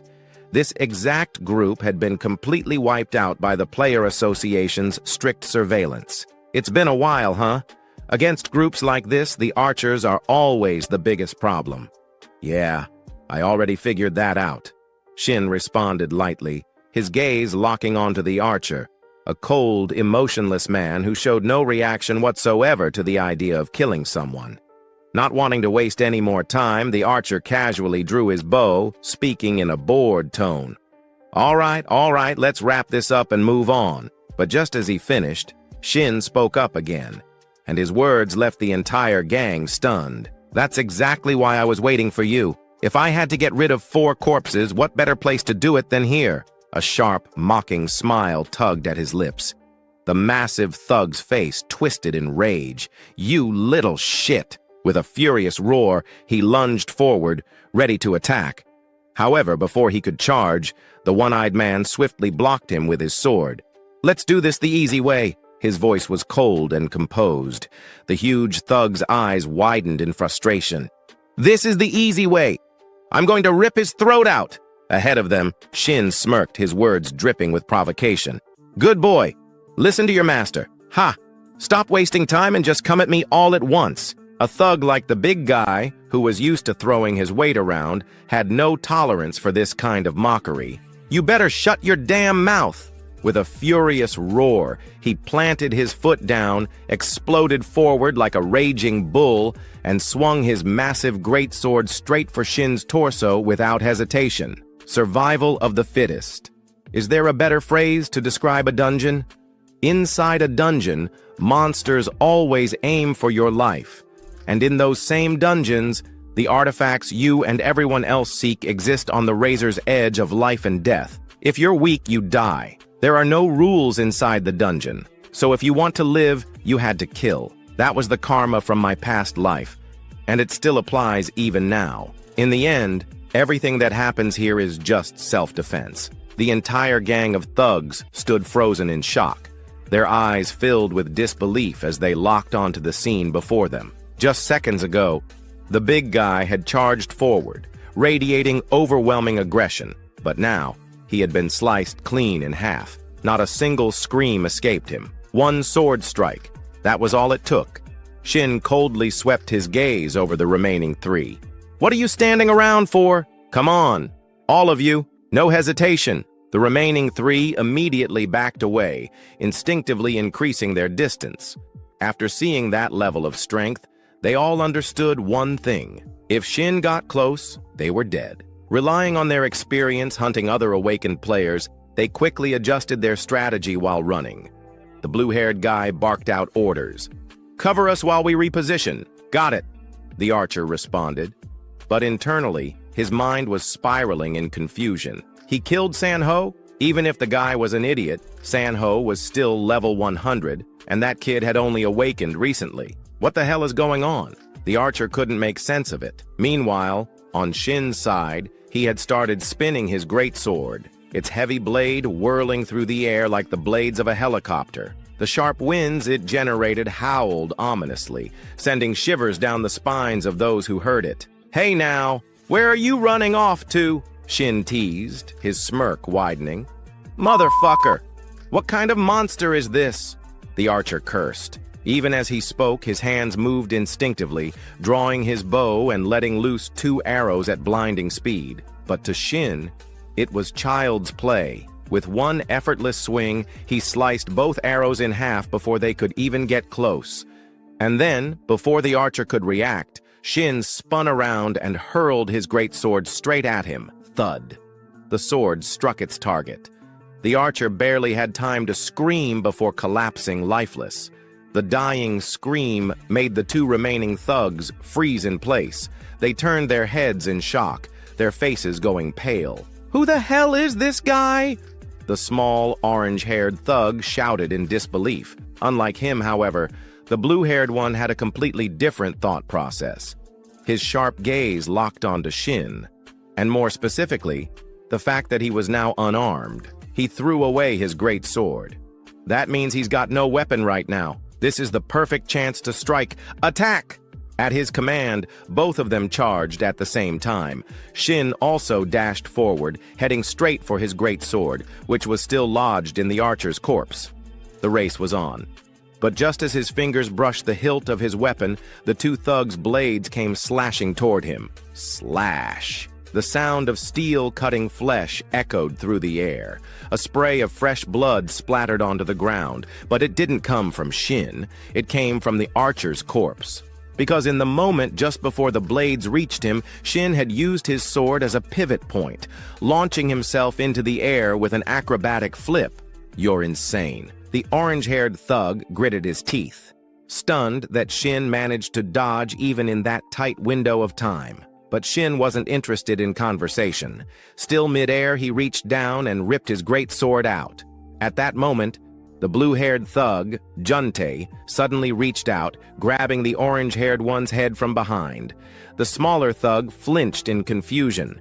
Juntae? What the hell are you doing? Before he could react, Juntae shoved him forward like a human meat shield. Slash! The orange-haired thug barely had time to scream before Shin's greatsword cut through him like paper. Just like that, he was gone. Damn. That's some real brotherly love right there. Selling out your own teammate the second things go south, Shin said, mocking. After that, he paused his assault for a moment and casually added, "You guys were selling organs, right?" Juntae's eyes narrowed. Shin smirked. "Yeah. No way in hell people like you would trust each other just out of goodwill. So let me guess. Your real goal was awakening mana stones through organ transplants, right?" For a brief second, Juntae's expression shifted. Shin immediately caught it. Bullseye. Still, Juntae let out a cold chuckle. "So what if you figured it out, huh? You little shit!" As soon as the words left his mouth, Juntae lunged, his sword aimed straight at Shin's chest, and on his lips, a victorious grin. But just when the blade was barely 5 centimeters away from Shin's face, it stopped, frozen in place, unable to move forward even a single inch. Because Crushing Kneel has been activated. A debilitating shock surged through Juntae's body. For the next 4.4 seconds, he was completely paralyzed. Like a statue. Shin took a step forward, looked him in the eye, and spoke. "Let me ask you something." A cold chill crawled up Juntae's spine. He tried to move. Nothing. Tried to speak. Nothing. All he could do was stand there, feeling sweat drip down his face. "What the hell? I'm paralyzed? But how? Those wounds from earlier? No way! Just from those tiny cuts? There's no skill that broken. And what is he talking about? I'm the one who kills. That's how it's always been. I take lives, not the other way around." Yet now, for the first time in his life, he saw the end. And as death loomed closer, his mind flashed back to the past. Back to when he tricked a fresh, new, awakened rookie. "Give it your all this time, okay?" He had smiled, placing an arm over the young, freckled boy's shoulder. "With you here, we can do anything. I'd trust you, bro." The rookie grinned back, completely unaware. Scene transition. A different memory. A young rookie, his face covered in blood, trembled in fear. Tears mixed with red streaks as he stared at Juntae. Why are you doing this?" His voice cracked.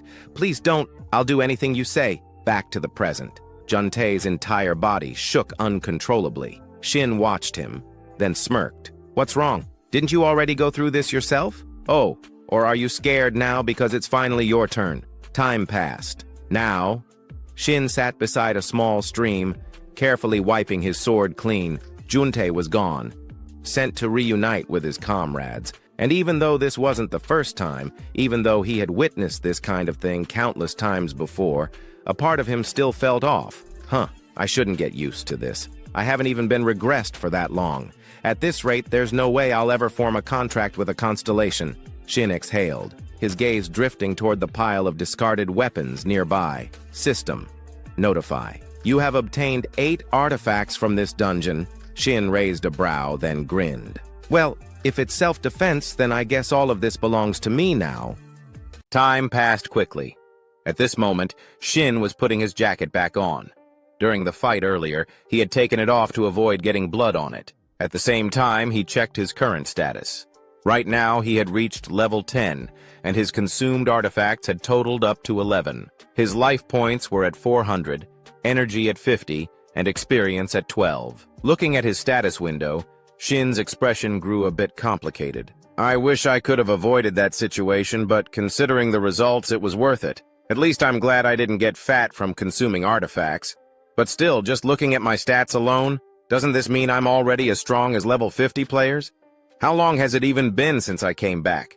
My growth rate is actually insane." And on top of that, as he muttered to himself, Shin reached into his coat pocket and pulled out a ring. It was the recovery ring, a silver-tier artifact classified as support equipment. Equipment type: ring, special effect, recovery, usage effect. Consumes 10 mana to instantly remove any abnormal status.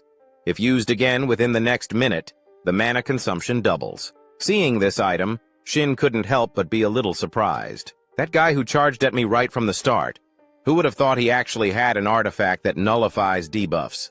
Wait, so if I had blindly relied on my stun skill, I would have been screwed. Looks like I need to be more careful next time. With that thought, he began synchronizing his mana with the recovery ring. Scene transitioned. Deep inside dungeon number 101. Internal access path. Deeper inside the dungeon, there appeared to be a mining site where a group of goblins was working. Some of them carried small sacks on their backs, seemingly used for collecting minerals. However, after just a few steps, one of the creatures suddenly stopped in its tracks and turned around, sensing something. Following its gaze, the goblin spotted Shin, gasping for breath. He gripped his sword tightly in one hand, but the strangest part was that his eyes were covered with a black cloth. Even Shin himself felt that what he was doing was absolutely insane, but he had no choice. The requirement to obtain the Lucky Day title is as follows. This is crazy. It wants the player to kill 500 monsters while keeping their eyes closed. On the other side, the goblins hesitated for a brief moment upon witnessing Shin's strange behavior. They didn't immediately charge into attack. Come on, when are these monsters going to make a move? Shin muttered in frustration. Once they confirmed that Shin was truly unable to see, the goblins let out amused chuckles. Drool dripped from their mouths as their excitement grew. Back to Shin's perspective, he suddenly lifted his head slightly, sensing something in the air. I can feel them. I had to sense the airflow and listen carefully to everything around me. Focus. I need to maintain this heightened state of awareness. Inside his mental world, it was as if he were standing on the surface of a still body of water. Then, from behind him, countless sounds and ripples began spreading rapidly toward him.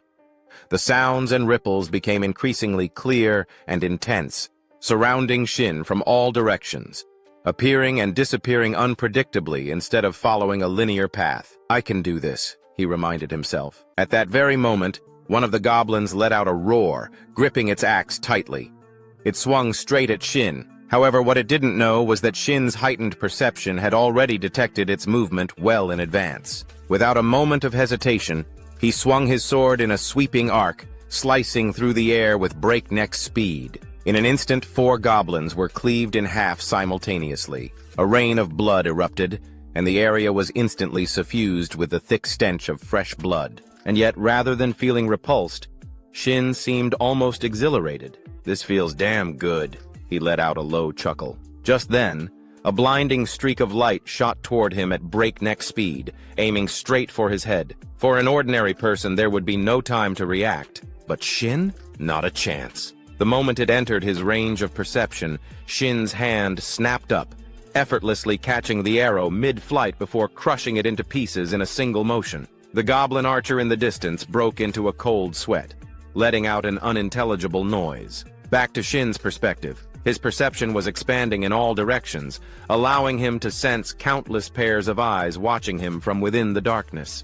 And yet, he felt no fear whatsoever. Just moments ago, I was in a terrible situation, but because of it, I got to relive my past. Maybe that's why my senses have been sharpened, huh? Well, either way, come at me, you bastards! He taunted them outright. And how could these green-skinned creatures possibly hold back after hearing that? With their overwhelming numbers, the goblins charged forward like moths to a flame. But the only thing awaiting them was death. Shin's sword whipped through the air at lightning speed, slashing and cutting down the goblins before they could even get close. His attacks were so relentless and precise that the goblins collapsed into pieces mid-charge, never even realizing how they had died. Rather than slowing down, Shin grinned in exhilaration. He lunged forward aggressively, cutting down everything in his path without the slightest hesitation. Only one goblin, lagging behind, had the misfortune of witnessing everything. It stood frozen, watching its comrades get obliterated in an instant. Terror was etched all over its face, but before it could even think about running, it soon joined its fallen brethren in the afterlife. Having temporarily wiped out the group of monsters ahead, Shin finally stopped for a moment. The tip of his sword still smoldered with heat, drenched in the blood of the fallen goblins. The scene around him was even more gruesome than a slaughterhouse. Every single monster's sacrifice had become fuel for Shin's growth. Suddenly, a notification popped up before his eyes. Congratulations! You have leveled up. You have obtained the title, Lucky Day, rank D. Hearing the announcement, Shin ripped off his blindfold in one swift motion. There was no need for it anymore. Doesn't even feel like I did much, he shrugged, taking a moment to check out his newly acquired title. Lucky Day, rank D. Primary effect, luck plus 20. Secondary effect. Each time you defeat a monster of the same type, your luck stat increases by 0.1. Maximum increase, plus 10. Reading the description of his new title, Shin couldn't hold back a chuckle. Ha ha! I'm finally gathering all the titles I need. Meanwhile, a new group of goblins had been drawn to the area by all the commotion. But the moment they arrived, their eyes landed on the horrifying sight before them. Limbs and body parts of their fallen kin scattered all over the place. Every hair on their bodies stood on end. But before they could even think about retreating, Shin was already standing right in front of them, flashing a deranged smile. Ha ha ha! Can't let this opportunity go to waste. More stats for me, and they even walked right into my lap, drenched in blood, his face twisted into that of a bloodthirsty executioner. Even goblins who lived for slaughter couldn't suppress their terror. They screamed at the top of their lungs, as if their village had just caught fire. Time passed quickly. The unfortunate goblins that had arrived late had now joined their fallen comrades in the afterlife. And as for Shin, he was so thrilled that his whole body was trembling, as if he were having a seizure. Ha! My luck stat went up by 30 just from this one title. This is even better than most platinum-ranked titles. This has to be worth 500 million. No, maybe even 1 billion yuan. In this lifetime, I can finally afford a house, he shouted in pure exhilaration. But then, at that exact moment, a crimson spatial crack suddenly appeared behind him, crackling with violent lightning. At the same time, a notification popped up before his eyes. The space around you begins to fade. Shin didn't even need the warning. He could already feel the disturbance in the space behind him. His expression instantly stiffened as he whipped around to see what was happening. Cold sweat dripped down his face, and that grin he had just moments ago, it vanished completely. A series of notifications began to appear in front of him. 3 constellations have taken an interest in you. The constellation Dimensional Ruin Cleaner asks, "Are you interested in bringing misfortune to others?" The constellation Grand Voyager of the Void is intrigued by your mysterious nature and wishes to converse. The constellation Goddess of Luck smiles at you while extending her hand. At this moment, the physical manifestations of the 3 constellations stood before Shin. First was the Dimensional Ruin Cleaner, a grotesque entity resembling a giant insect, yet it had a pair of wings and an unnervingly long tail. Next was the Grand Voyager of the Void, shrouded in mystery, draped in a flowing white robe. An enigmatic and unfathomable aura emanated from his presence. Lastly, there was the Goddess of Luck, an overwhelmingly beautiful figure capable of captivating one's very soul. Switching to Shin's perspective, he couldn't help but feel a mix of excitement and nervousness upon witnessing all 3 of his close friends being noticed by the 3 Grand Elders at the same time. That was fast, and all 3 of them too, he thought to himself, a bit overwhelmed. Then, in an attempt to draw some attention to himself, he spoke up half-jokingly, "Ha ha, did you guys see my performance?" To his surprise, the Goddess of Luck suddenly floated right in front of him. Rather than being mesmerized by her beauty, Shin felt a creeping sense of unease. Had I done something to offend them? Wait, was my tone too arrogant? I've never been in this kind of situation before, not even in my past life. No, the more pressure I feel, the more confident I need to act, he reminded himself. Fortunately for him, the Goddess of Luck showed no signs of displeasure. Instead, she flashed a radiant smile and seemed to regard him with favor. She then spoke in a voice filled with curiosity. "This is the first time I've ever seen such a lucky swordsman.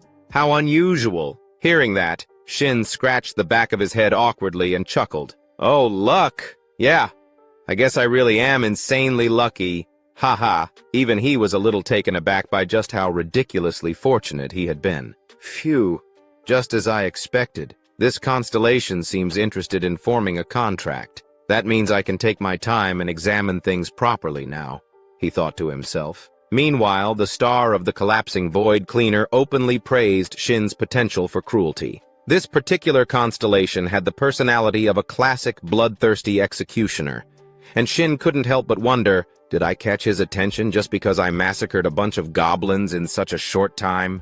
On the other hand, the Grand Wanderer of Space seemed more intrigued by the hidden depths of Shin's psyche. This left him puzzled. Why was this constellation here? I've heard that the Grand Wanderer of Space only appears before players who possess the aura of a saint. So does that mean they're actually here because of her?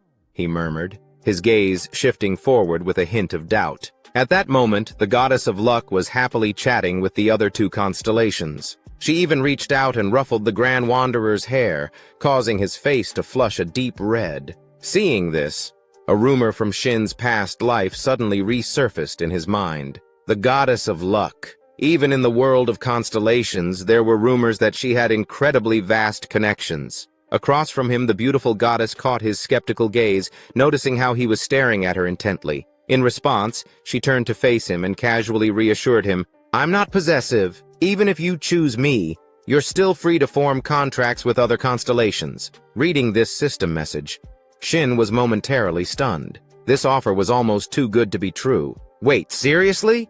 He blurted out before thinking to himself, "This is a massive advantage. A sharpshooter can hit their mark even when firing into the air under the blessings of the world. They never run out of arrows." The miracle archer, among all archers, Hashimoto Yugi, was the one who had defeated countless top swordsmen. Not only did he have an absurdly high luck stat, but his destructive power was overwhelming. People suspected he was cheating or exploiting a loophole, but in reality, it was simply because he had contracts with two constellations, and it was the goddess of luck who made that impossible feat a reality. With that thought in mind, Shin knew better than to offend these three constellations, so he could only force a smile and chuckle awkwardly. Ha ha ha. Having three constellations appear at once sure makes it hard to choose. Across from him, the emotional state of the three constellations shifted instantly. They urged him to cast aside the petty concerns of a mere mortal and make a decision of fate. One of them even began to question whether they had chosen the wrong person. From Shin's perspective, however, it wasn't that he was playing mind games to raise the value of his contract. He was genuinely struggling to make the right choice. The goddess of luck is definitely a good constellation. But if choosing her means no other constellations will appear in the future, then this decision is practically locking in my entire fate as a player. Over the 10 years I spent as a player, only one constellation ever approached me, the model student who succeeded late in life. When he appeared, it was like a beacon of salvation.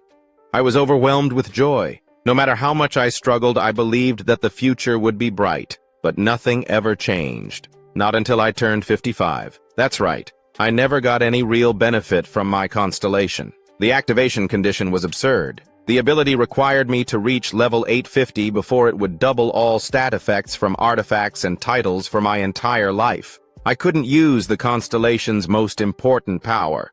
No.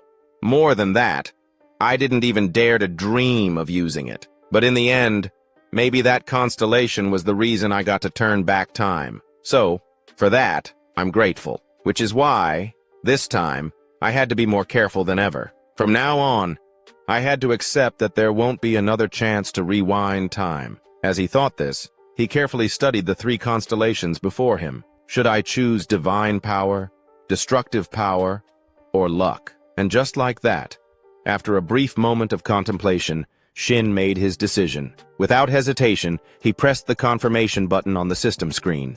Immediately, a notification popped up. You have signed a contract with the constellation, Goddess of Luck. Once the contract is established, even if the player dies, it will remain in effect for 30 years without disappearing. In another realm, an entity was closely monitoring the contract between the reincarnated player and the Goddess of Luck. Shin, friendly constellations sincerely congratulate your contract and wish for your victory. Hostile constellations have decided to use their players to hinder your growth. A series of notifications flooded the screen, causing Shin to glance nervously at the bright red warning messages before him. Haha!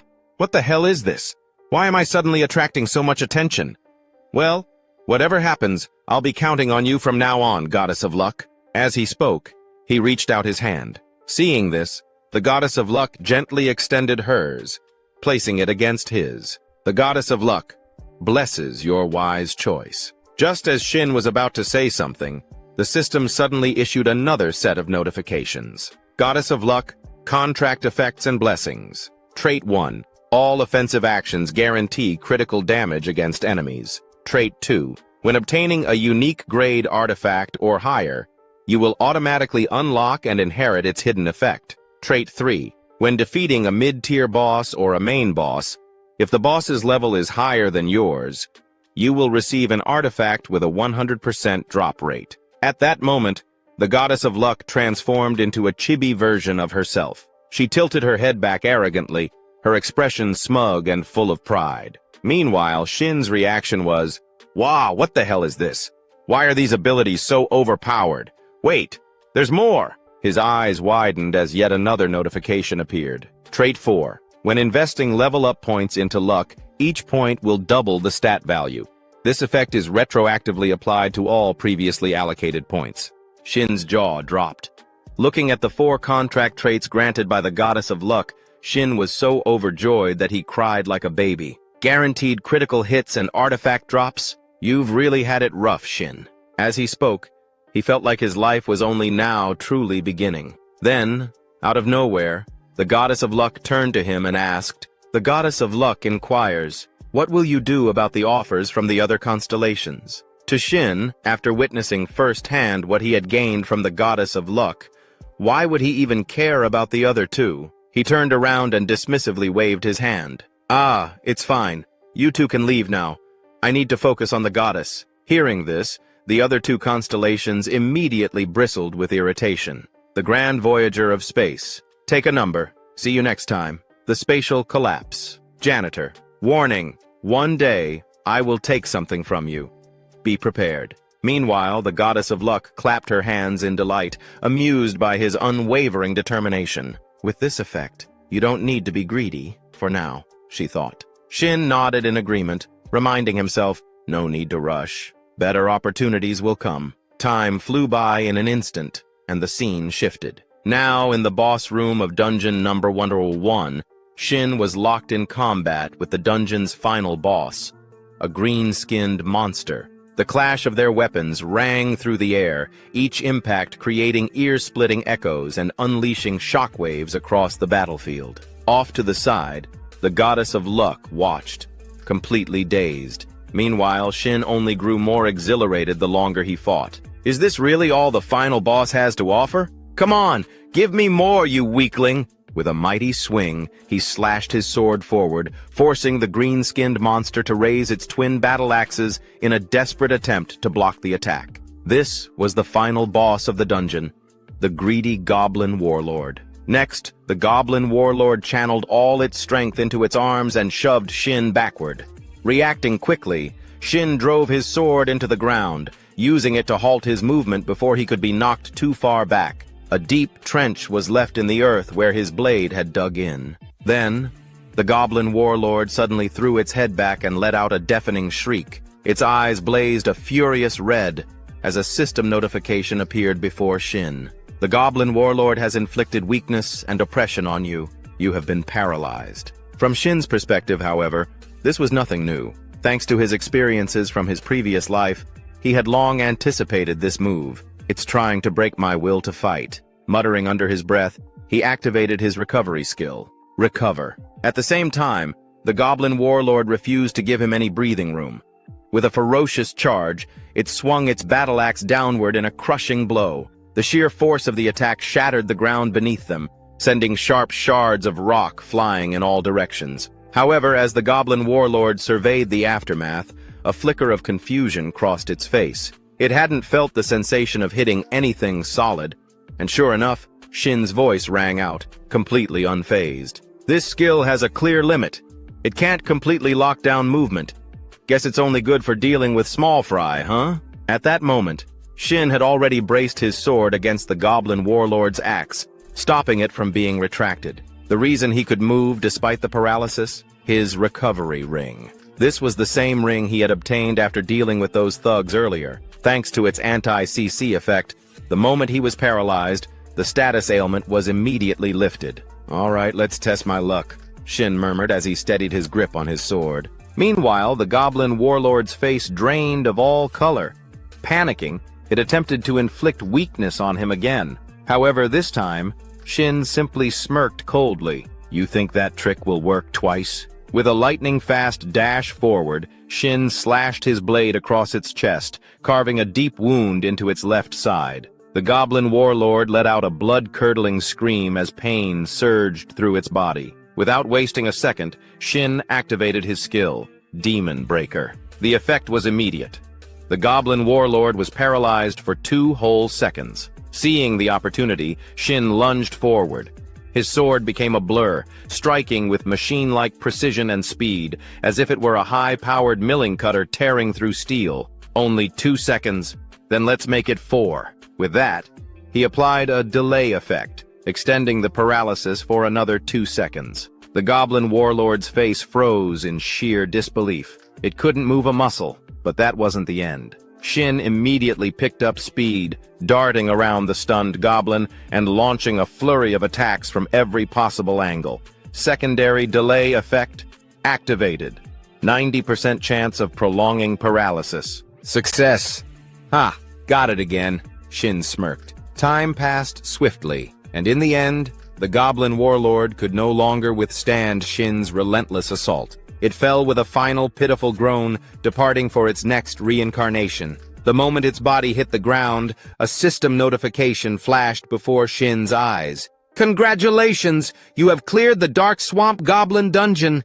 You have leveled up. You have received the D rank title. Don't touch me. Title description: Luck plus 30, Evasion plus 10. Additional effect: you may enhance one chosen skill once.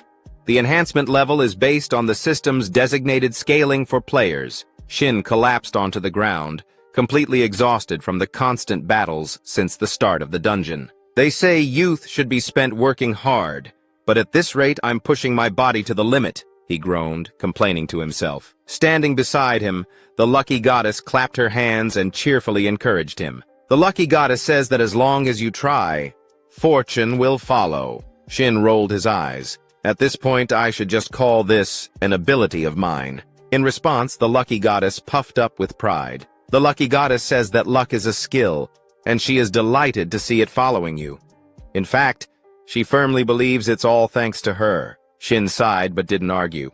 Instead, he quickly opened his stats window. First things first, let's dump my points into luck. As he allocated the points, his luck stat finally surpassed 100. Once a stat exceeds 100, an adjustment occurs, amplifying its effects by an extra 10%. For most stats like evasion, this meant a higher chance to dodge attacks. But for luck, it directly influenced drop rates. And as if the system wanted to prove his point, a faint glow suddenly radiated from the goblin warlord's massive shield, an item it hadn't even gotten the chance to use during the fight. Shin glanced at it, and instantly, a window popped up, revealing the item's details. Cudness Shield.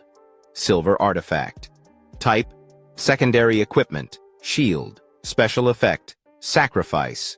Defense: plus 20. Description: a shield left behind by a goblin warrior named Cudness. It fortifies itself using mana and converts received damage into healing. However, the entire process consumes an equivalent amount of mana. Shin whistled in admiration. Now this is one hell of a shield. It seemed like this item was specifically designed for tank-type players. However, Shin had no complaints about obtaining it. After all, it's a guaranteed drop, thanks to the goddess. So that means luck affects the drop rate of artifacts, right? One thing's for sure, this is even more troublesome than when I was contracted with the constellation of the late-blooming model student. With that thought in mind, he activated his skill, Devour, to absorb the shield's attributes. Meanwhile, the goddess of luck suddenly lunged forward, hugging him tightly and rubbing her cheek against his. Time quickly passed, and the scene transitioned to the interior of the Q area building. At this moment, Shin was there, trying to explain something. However, he was immediately rejected by a female employee, her eyes heavy with exhaustion. "No way," she said, shaking her head. Standing across from her, Shin persisted. "I understand what you're trying to say, but look, I have my reasons." Before he could finish, the woman cut him off. "I'm sorry, but can you reconsider? I'm about to lose my mind. I don't even know how many corpses I've seen this week." Hearing that, cold sweat dripped down Shin's face. He muttered to himself, "I can't let things go off track from here. To understand how things got to this point, we need to rewind to 2 hours earlier. on the Hanam Expressway. Seated inside a car, Shin was reminiscing about the ordinary moment when he devoured the shield. I was worried since it was a goblin's shield, but a simple meal of kimchi and white rice, a classic peninsula-style dish. At least there was kimchi with the rice. Thinking about this, Shin's car suddenly came to a halt, shaking violently. A moment later, the control panel lit up with a flood of crimson warning icons, startling him into shouting, "What the hell? Why are all these warning lights on?" "Is it finally time to get a new car?" he muttered to himself, but quickly shook his head. No. Moving to a new area is more important than getting a replacement. The lower a player's level, the more criminals will have their eyes on them. I can't live in a constant state of paranoia. Moving to well-guarded places like Player Street will be more convenient. And if I factor in artifacts, I should buy used ones, so they're easier to consume and absorb. Money. I need a ton of money, and I need it fast. There's only one place I can get that kind of cash. The system appeared when the player era began, bringing with it a slew of quests. The organization overseeing all of these missions was none other than the Player Association. If it's a system managed by the association, I can make it work. Here I come. Quest Zone. With that thought, Shin floored the gas pedal, racing toward the Player Association. Back in the present, being rejected right at the entrance crushed his dreams of quick riches. Across from him, the dark-eyed employee desperately tried to knock some sense into him. "So, please, enter a dungeon appropriate for your level. Why on earth would you go into a level 100 zone? Besides, you're not even ranked yet." In response, Shin pulled out his best pleading face. "I won't cause any trouble. I swear. Please trust me. Maybe I'm only level 17, but with my current skills, going into a low-level area would be a complete waste of time." From the employee's perspective, she was practically on the verge of tears. Her entire body trembled as she weakly pointed to the side, her voice quivering. "Yesterday someone said the exact same thing. Guess what happened to them? So please, just go somewhere appropriate for your level." Seeing her like this, Shin could somewhat understand her reasoning. I get why she's acting this way. Too many players overestimate themselves and end up dying like idiots. But in moments like these, you just have to grow a thick skin. With that in mind, he put on a face so convincingly trustworthy, it could rival a shady multi-level marketer's. Then, with absolute certainty, he declared, "No, absolutely not." At that moment, a purple-haired girl overheard the commotion and approached. "What's going on here?" she asked. Hearing this, the black-haired employee quickly turned to her, shaking her head. "Hello! It's nothing, really." This purple-haired girl was Miso, a member of the Eden Guild, a level 100 player, and an A+ ranker. When Shin recognized her face, his eyes flickered with shock for a brief moment as he realized who she was. She's called the Slaughter God Archer, Kim Miso, the first level 100 player to reach A+ rank and earn the title Divine Archer, a rising star. But more than her skill, what truly makes her stand out is the fact that she's the daughter of Kim Yun-cho, the chairman of Holy Biotech. That means she's also known by another alias, Shadow Reaper, alongside Shinty Rei, the country's top assassin player, and Do Jinho, one of South Korea's best swordsmen. Her family holds the most shares in the Eden Guild. You could say she's the most privileged player in history. Miso, noticing Shin staring at her, turned to him and asked, "This is our first time meeting, isn't it? I've been watching for a while. Why are you insisting on taking a level 100 quest?" Without hesitation, Shin replied, "Because it pays well." At that moment, he caught the murmurs of nearby players. "Whoa, Kim Miso is the one who started the conversation? But what's with that guy's attitude? Is he insane?" "Hey, just drop it.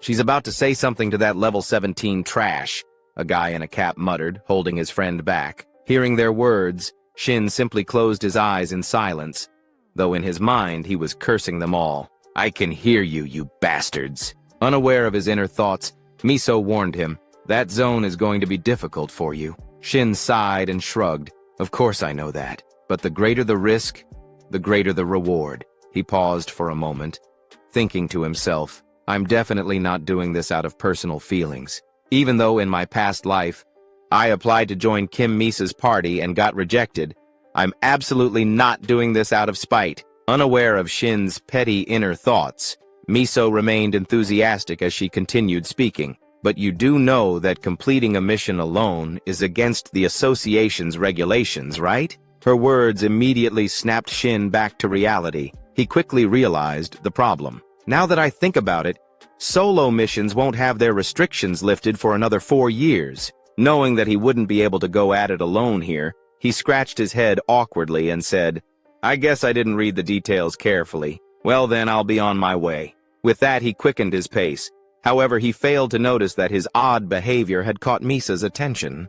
Out of nowhere, she suddenly made an unexpected offer. "Then, do you want to form a party with me?" Around them, the nearby players who overheard her words widened their eyes in disbelief, as if they couldn't trust what they had just heard. "Whoa, is she crazy? Why the hell would she pick that bastard? I could go too, damn it. This is so unfair, I'm so jealous." From Shin's perspective, he wasn't naive enough to believe that a golden opportunity had simply fallen into his lap without reason. Suspicious of Misa's true intentions, he immediately asked, "What's the catch?" Hearing that, Miso gave him a look of approval and smirked. "Oh, so you don't believe this is just a simple favor, huh?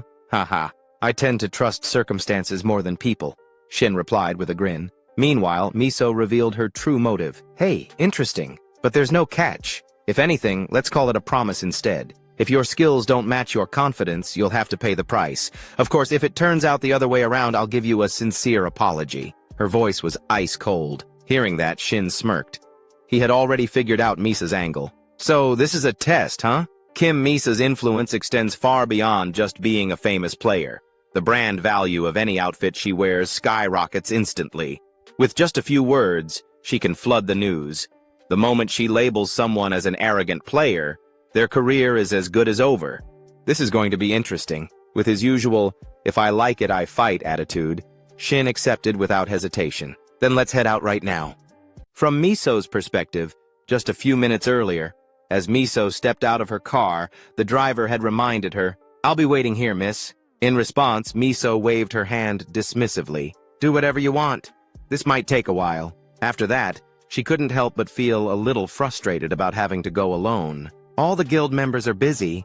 How annoying. Guess I'll have to find a party member for myself. Just as this thought crossed her mind, she overheard Shin's conversation with the association staff. Coincidentally, Kim Miso had a reason to team up with Shin Sang-hyun. The minimum party requirement for missions was just as much of a hassle for her as it was for him. Among all these circumstances, she suddenly came across a player exuding confidence, someone whose true abilities were unknown to everyone.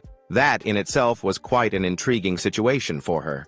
And so, their unexpected partnership was formed. Meanwhile, the staff member caught between the two was sweating profusely. Then, out of curiosity, Miso casually asked, "By the way, what mission was Shin Sang-hyun planning to take?" Hearing a famous player ask about him, the staff member fumbled for a moment before responding, "Ah, yes. Please wait a moment." She quickly checked the system screen in front of her, and then tilted it toward Miso for her to see. The mission details read, "Defense Mission. Eliminate all monsters approaching the Guardian Tower. If the Guardian Tower's core is destroyed, the mission will fail. Monster type: Wolf-type creatures. Number of monsters: 300.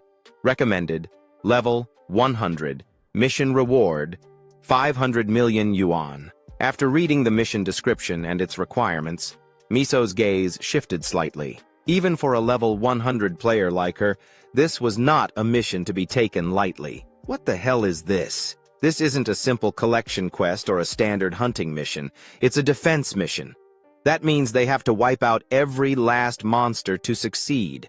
One of the most crucial principles of a 4-player team is having at least one ranged damage dealer. And he planned to do this alone? If I weren't here, he'd be dead for sure. The more she thought about it, the more convinced she became that Shin Sang-hyun was out of his mind for even considering this mission solo. Seeing the slight hesitation in Miso's gaze, Shin smirked and provocatively asked, "What's wrong? Are you scared?" Miso blinked in disbelief for a moment. "Did I hear that right?" Shin grinned and replied casually, "Oh no, it's just that you suddenly went quiet, so I was wondering if you were having second thoughts. If it's too much, we can always recruit more members before heading in. Maybe a tank or a high damage range DPS. As Shin continued listing off suggestions, the staff member beside them broke into a nervous sweat. She noticed that Miso's entire body was trembling, but not from fear. It was pure, unfiltered rage. Feeling her pride taking a serious hit, Miso suddenly grabbed Shin's wrist and hissed through gritted teeth, "No, Shin Sang-hyun, this mission is perfectly fine." Before he could say another word, she slammed the accept button. The moment she did, a system notification appeared before them. Mission accepted. You will now be transported to the designated mission area. As the message flashed on their screens, a dazzling light engulfed both of them. Bolts of energy crackled wildly in all directions as the teleportation process began. Meanwhile, the staff member watching this unfold had gone completely pale. She mumbled anxiously to herself, "Since Kim Miso is going with him, nothing bad should happen, right? Hopefully. I really hope nothing bad happens. No one knows how this is going to turn out." Elsewhere, a black-clad player who had been watching them disappear into the mission zone scratched his head in confusion. "Do you guys think he'll actually pull it off?" Hearing this, the burly player in the iron helmet scoffed and responded with absolute certainty, "No way. He's only level 17.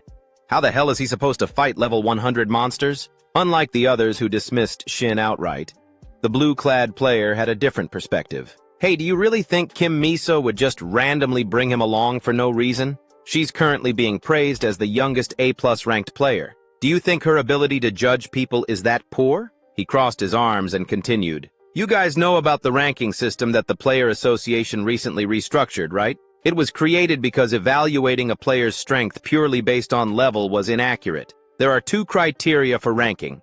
First, the number of dungeons cleared. Second, an overall assessment of the player's combat sense. And that means Kim Miso reached A+ rank purely based on her combat sense. The 2 other players listening to him already knew this information, but they still had some lingering doubts. One of them asked, "I get that, but why A+?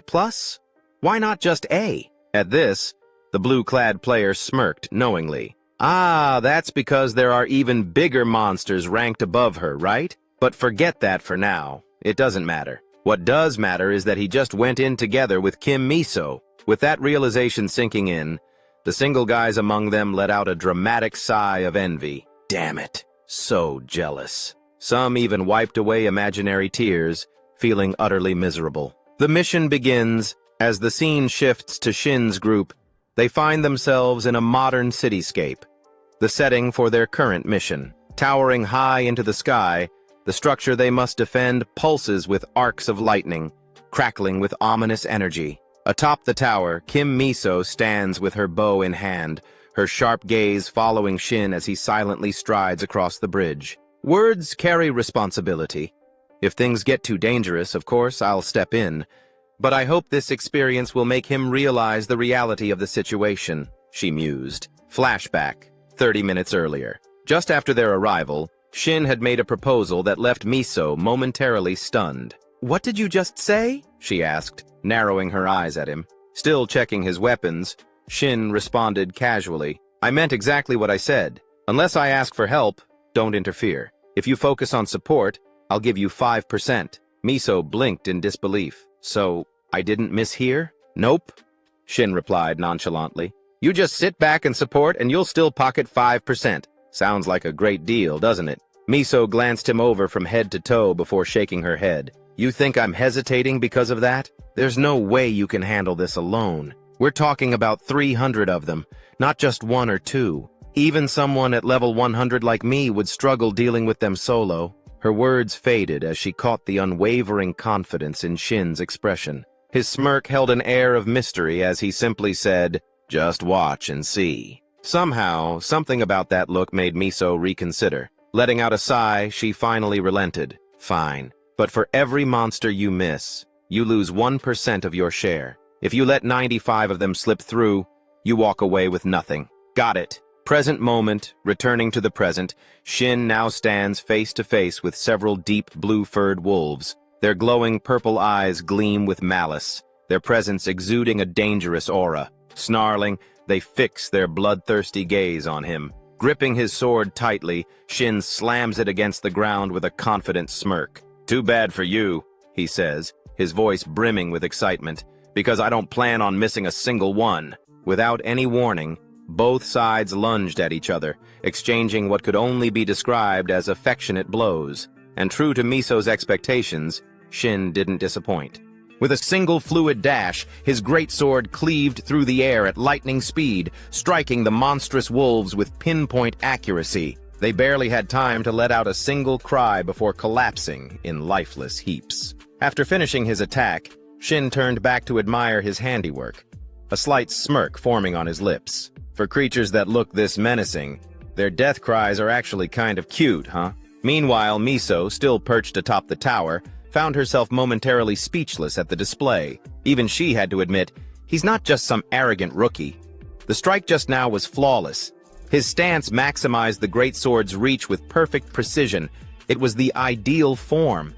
Similar to the elite swordsman in my guild, he always talks about offense and defense as one.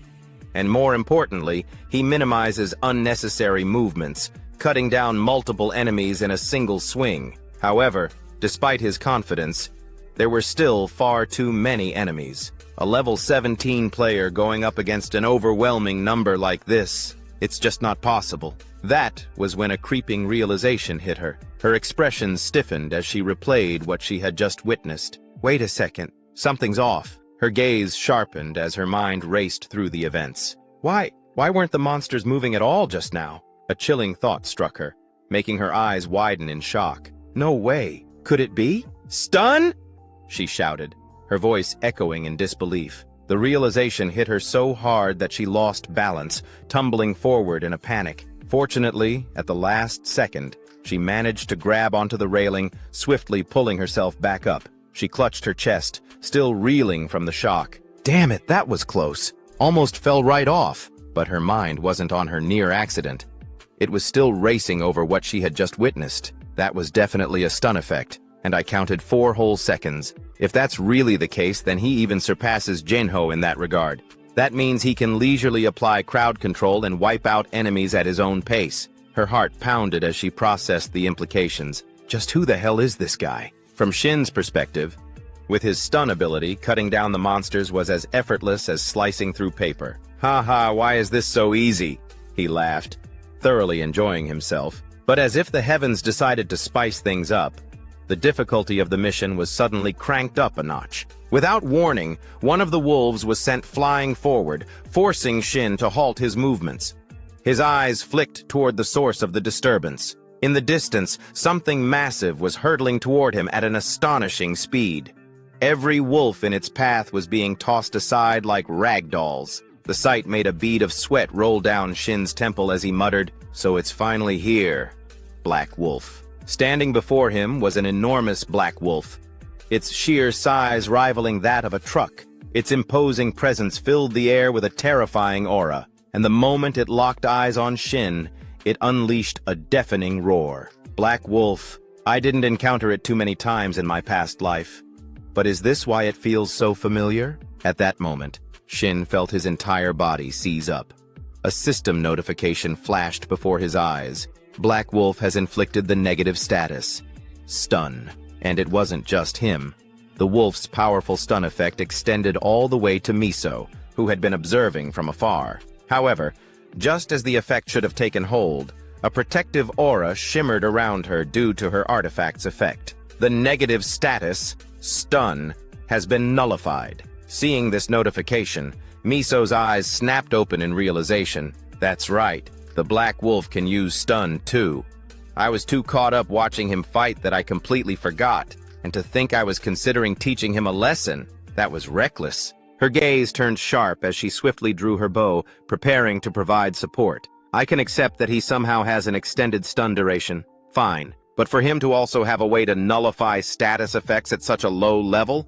That's practically unheard of. But before she could even let loose an arrow, Shin had already taken action. Using his recovery ring, he instantly dispelled the stun effect. The next second, his body shot forward like a bullet. Miso, still holding her bowstring tight, froze in place, her eyes widening in disbelief. There's no way. A nearly flawless greatsword stance, an abnormally long stun effect, and now the ability to negate status effects. Is he really just a level 17 player? The Black Wolf's downfall, unaware of Miso's internal thoughts, The black wolf, originally charging in to get a bite of Shin, suddenly skidded to a stop, its massive paws carving deep grooves into the ground. Seeing its prey casually shake off the stun effect, the beast's once ferocious eyes now flickered with a hint of panic. Shin, amused by the wolf's dumbfounded expression, let out a chuckle. "Surprised, huh? You thought your prey would be paralyzed, completely defenseless. But here I am, moving freely. That moment of hesitation has already decided the outcome of this battle." Without giving the wolf a chance to recover, Shin shifted his weight backward, lowering his stance before executing a swift slide under its belly. In the same motion, he thrust his great sword upward, slicing deep into the beast's underbelly, leaving behind a long, gruesome wound. The mighty black wolf, without ever getting a proper chance to show its strength, could only let out a regretful whimper before succumbing to the abyss. Standing beneath its massive body, Shin grabbed its tail and gave it a yank before sighing in annoyance. "Damn it, my clothes are covered in blood. Thought I'd make it through clean." He clicked his tongue, glancing down at the crimson-stained fabric. Then, as if a mischievous idea struck him, his lips curled into a grin. "Well, since I'm already messy, should I just go all out for fun?" His gaze lifted toward the remaining monsters, his eyes gleaming with danger. Miso's realization. Meanwhile, from her vantage point, Miso's expression had completely transformed. No longer was she merely observing with mild curiosity. Instead, her eyes sparkled as if she had just discovered a rare diamond hidden within a pile of rubble. Just like that, before long, Shin had nearly wiped out the entire horde of monsters in the mission, slashing through them like a man possessed. Around him lay the corpses of countless green wolves, their blood soaking into the battlefield. A glowing message appeared before his eyes, notifying him. Monster Defense Mission. Enemies eliminated. 299 out of 300. You have leveled up. You have earned a Rank D title. Fearless. Title, Rank D. Fearless. Effect. Grants full resistance to status effects caused by the roars of wolf-type monsters. Even though the effect was limited to a single monster species, Shin didn't mind at all. A new title was a new title, and one more step forward. A small smile crept across his face as he took a moment to breathe, then turned his gaze behind him, where Miso, the archer, was standing watchfully. "They're not looking at me with suspicion anymore," he thought. "Those doubtful stares, they're gone now. They're genuinely watching me, watching to see what I'll do next. And with people watching, a performer like me can't afford to rest." He cracked his knuckles and smirked to himself. "Guess I'd better wrap this up quick, huh? So, are you ready for me, Grey Wolf?" As he muttered those words, he glanced upward, and there it was. The final boss had arrived, the Lord of Werewolves, half human, half wolf. It towered over the battlefield, its entire frame rippling with thick muscle. The moment it laid eyes on him, it let out a thunderous roar, slamming its clawed hand straight toward him. The impact was so powerful that the ground beneath them exploded into fragments. But Shin didn't flinch. Drawing on his combat experience, he instinctively dodged to the side with ease. Not only that, he even had the nerve to taunt the beast. "Your attacks are known for being unpredictable, right? But that was 30 years ago. These days, every move of yours has been analyzed to death. At this point, shouldn't we be calling them predictable instead?" He narrowed his eyes, his tone growing sharper. "Sorry, but I've already got every one of your moves and skills figured out." The words had barely left his lips before he launched himself forward, legs coiled with power, blasting toward the werewolf lord like a bullet cutting through the wind. At that very moment, Shin swung his greatsword with force, slashing it straight into the werewolf's body. The beast barely had time to let out a pained howl before a massive wound split open across its chest. And yet, looking at the result, Shin didn't seem particularly impressed. "Just as I thought," he muttered. "Even with all its movements predicted, a level 100+ boss like this still packs a punch. It's no pushover." Meanwhile, off in the distance, Miso stood watching. As she witnessed Shin handling the quest's final boss with apparent ease, beads of sweat started forming on her forehead. Her voice was almost dazed as she whispered, This is completely insane. There's more than one weird thing going on here. He's not just in a berserker state. He's somehow immune to the fear effects from that wolf, too. And he's carrying that massive sword, moving like it's nothing. It's like he's playing a joke on the entire system. She kept going, struggling to believe what she was seeing. And on top of that, he's predicting the Wolf Lord's moves in advance. He's going toe-to-toe with it and not losing an inch. The longer she watched, the more surreal it felt. Her eyes stayed locked on the battle. By now, the Werewolf Lord had completely lost it. With a feral snarl, it opened its jaws wide and lunged at Shin, aiming to crush him in a single bite. But Shin was already one step ahead. He twisted his body, dodging to the side just in time. However, the beast wasn't done. Letting out a furious roar, it slashed out with one of its razor-sharp claws, aiming straight for Shin's exposed flank. Forced onto the defensive, Shin raised his great sword like a shield and blocked the blow. Even the Wolf Lord seemed stunned. Its eyes widened slightly, not expecting its attack to be stopped. But what it saw next wasn't fear or hesitation. It was the cold, focused gaze of its opponent. "I told you, didn't I?" Shin growled through clenched teeth. "I know everything about you. I spent my whole damn life in my past world learning how to beat you." Then, for a brief moment, his eyes flicked toward Miso, who was still standing at a distance. And somehow, in that fleeting glance, she understood exactly what he was trying to do. The most ridiculous part, the part that made her want to laugh despite the intensity of it all, was the way he was fighting. Not for survival, not even to win, but like he was trying to prove something to her. Watching this, Miso let out an awkward, half-frustrated sigh. What kind of guy is he? Seriously. Back in the heat of battle, the sound of clashing steel echoed relentlessly through the air. As the fight dragged on, Shin started to feel the toll it was taking on his body.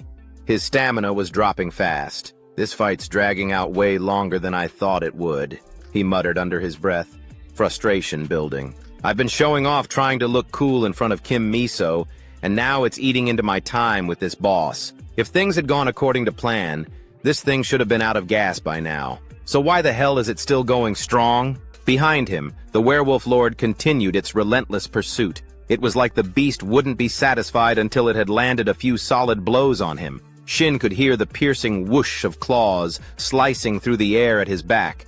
The sound alone was enough to make the hair on his neck stand on end. "This isn't good," he thought, beads of sweat forming on his brow. "If I let my guard down even once, I'm done for. My stamina is already taking a serious hit." At the same time, the boss monster seemed to be losing patience. No longer content with simply chasing him down, it suddenly gathered strength and lunged forward with explosive speed. Shin, sensing the shift, snapped his head around just in time. But then something clicked. "That movement. I know this." His thoughts raced. It's one of the boss's high-tier attacks, designed to bait its opponent into dropping their guard. A powerful fake-out that opens the door for a devastating follow-up. This move has killed so many players before. Though he'd never tested it in live combat, Shin knew what he had to do. Now isn't the time for hesitation. No turning back, he told himself. Sometimes bold moves are the only way forward. With resolve hardening in his eyes, Shin spun on his heel, gripping his sword tighter. He made the split-second decision to meet the boss head-on. In an instant, both combatants hurled themselves at each other. Shin swung his sword in a sweeping arc, slashing clean across the monster's right arm, severing it entirely in a single fluid motion. But the Werewolf Lord didn't even flinch. Taking advantage of Shin's unguarded moment just after his attack, the beast swung its remaining arm with brutal force, its claw raking straight across Shin's chest, digging deep into his flesh. A sharp spray of blood burst into the air, painting the battlefield in red. The metallic tang of it filled the space around them. Off in the distance, Miso fell to her knees in a daze as she witnessed the brutal scene unfold before her eyes. Her vision blurred with tears. "For someone I've barely even known," she whispered shakily. "Shin Sang-hyun, this is so stupid. I should have jumped in to help him right away. Even if he showed unbelievable skill just standing here doing nothing, it's no different from killing him with my own hands. I'm sorry. I'm so sorry, Shin Sang-hyun." The archer could barely contain the guilt in her voice as she berated herself. But of course, there's no way our protagonist would go down that easily, right? Then, at the center of the battlefield, a soft green glow began to emanate from Shin's body. The light was gentle, almost calming, Miso's sobs faded as she lifted her head to watch in stunned silence. To understand what was happening, we need to rewind a bit, back to the time when Shin had cleared out the goblin dungeon and obtained a shield, Cutness's barrier. That item had long since been absorbed and reduced to ashes, but now, its special ability was finally being activated. The effect was called Sacrifice. Sacrifice. Conditional passive skill. Activates under specific circumstances. Fully restores any damaged body part, selected in advance. Converts the damage received into restorative energy. If the incoming damage exceeds the player's max HP, the effect revives the player with full health, using the value of that lethal blow. After reading the effect's description, Shin instantly understood how the skill worked. A conditional healing skill that only triggers in specific moments.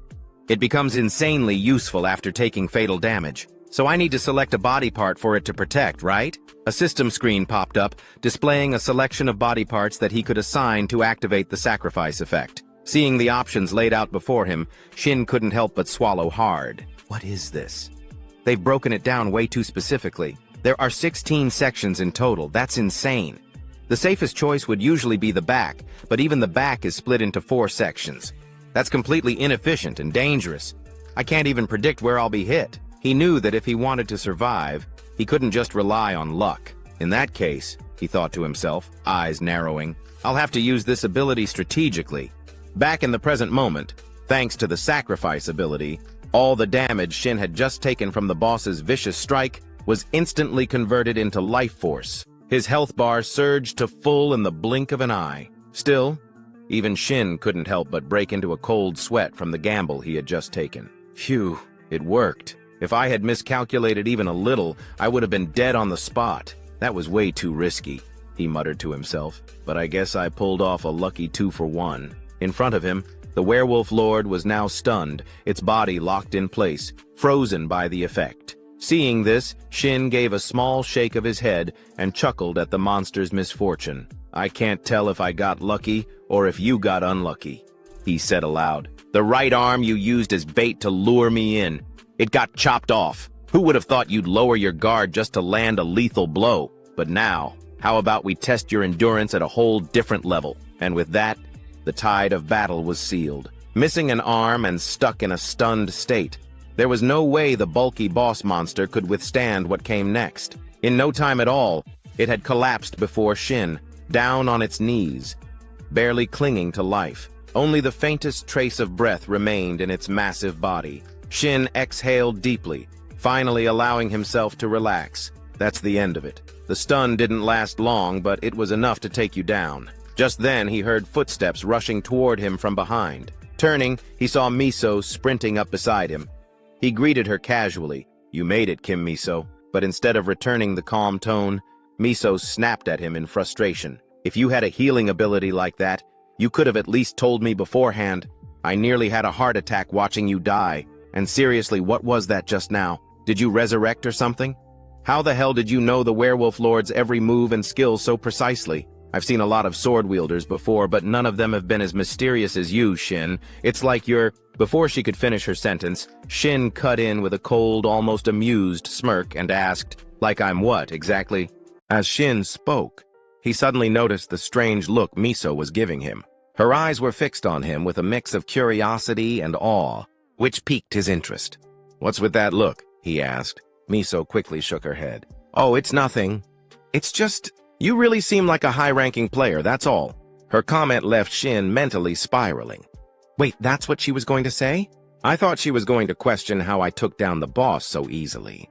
But actually, she's not wrong. No average player could have pulled that off. Brushing the thought aside, Miso turned her attention toward the massive corpse of the werewolf and asked, Anyway, are you going to finish it off or what? Just then, the werewolf let out a faint groan, signaling it was still barely clinging to life. Shin, not in the mood to drag things out, muttered, I'll make this easy for you.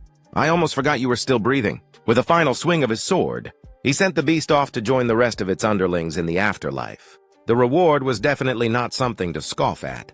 A system notification popped up in front of him. You have obtained a rank C title, Fight to the Death. Title rank C. Description. When in isolation with no allies within a 5-meter radius, the fight-to-the-death state is activated, temporarily boosting all stats by 20%. The effect ends immediately when isolation ends. Seeing the reward, a grin spread across Shin's face. He couldn't hide his excitement. A special title for one-on-one combat. And it's my first rank C title. Man, this brings back memories. From the side, Miso caught the glint in his eyes and made an educated guess. You got a new title, didn't you? Not bothering to hide it, Shin shot her a look. Wait, you knew that would happen? Miso, you fought this boss before, haven't you? Standing proudly, Miso responded with a smug smile.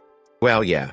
Of course, I've soloed it before. As Miso finished her sentence, her voice suddenly trailed off. A hint of embarrassment flashed across her face, and she let out a quiet sigh before admitting, honestly, there's nothing to brag about. I only managed to beat that thing thanks to an artifact. I can't exactly say it was because of skill, like you. Shin waved his hand dismissively. Using an artifact is a skill in itself, so thanks for the compliment. Miso forced a small, awkward smile. Her eyes briefly drifted to the gear Shin was wearing, and she didn't know what to make of it. Internally, she sighed. The artifacts I'm using are worth over 200 billion yuan, and here he is using a mass-produced greatsword. You could probably find in every corner shop. Honestly, it's kind of embarrassing. Of course, she kept that thought to herself. Instead, she quickly changed the subject and offered a suggestion. Anyway, don't you want to test out that new title's effect? Before Shin could even register what she meant, a symbol suddenly appeared above his head. 2 swords, crossing each other, accompanied by a system notification. Title: Fight to the death has been activated. Isolation detected. Player Kim Miso.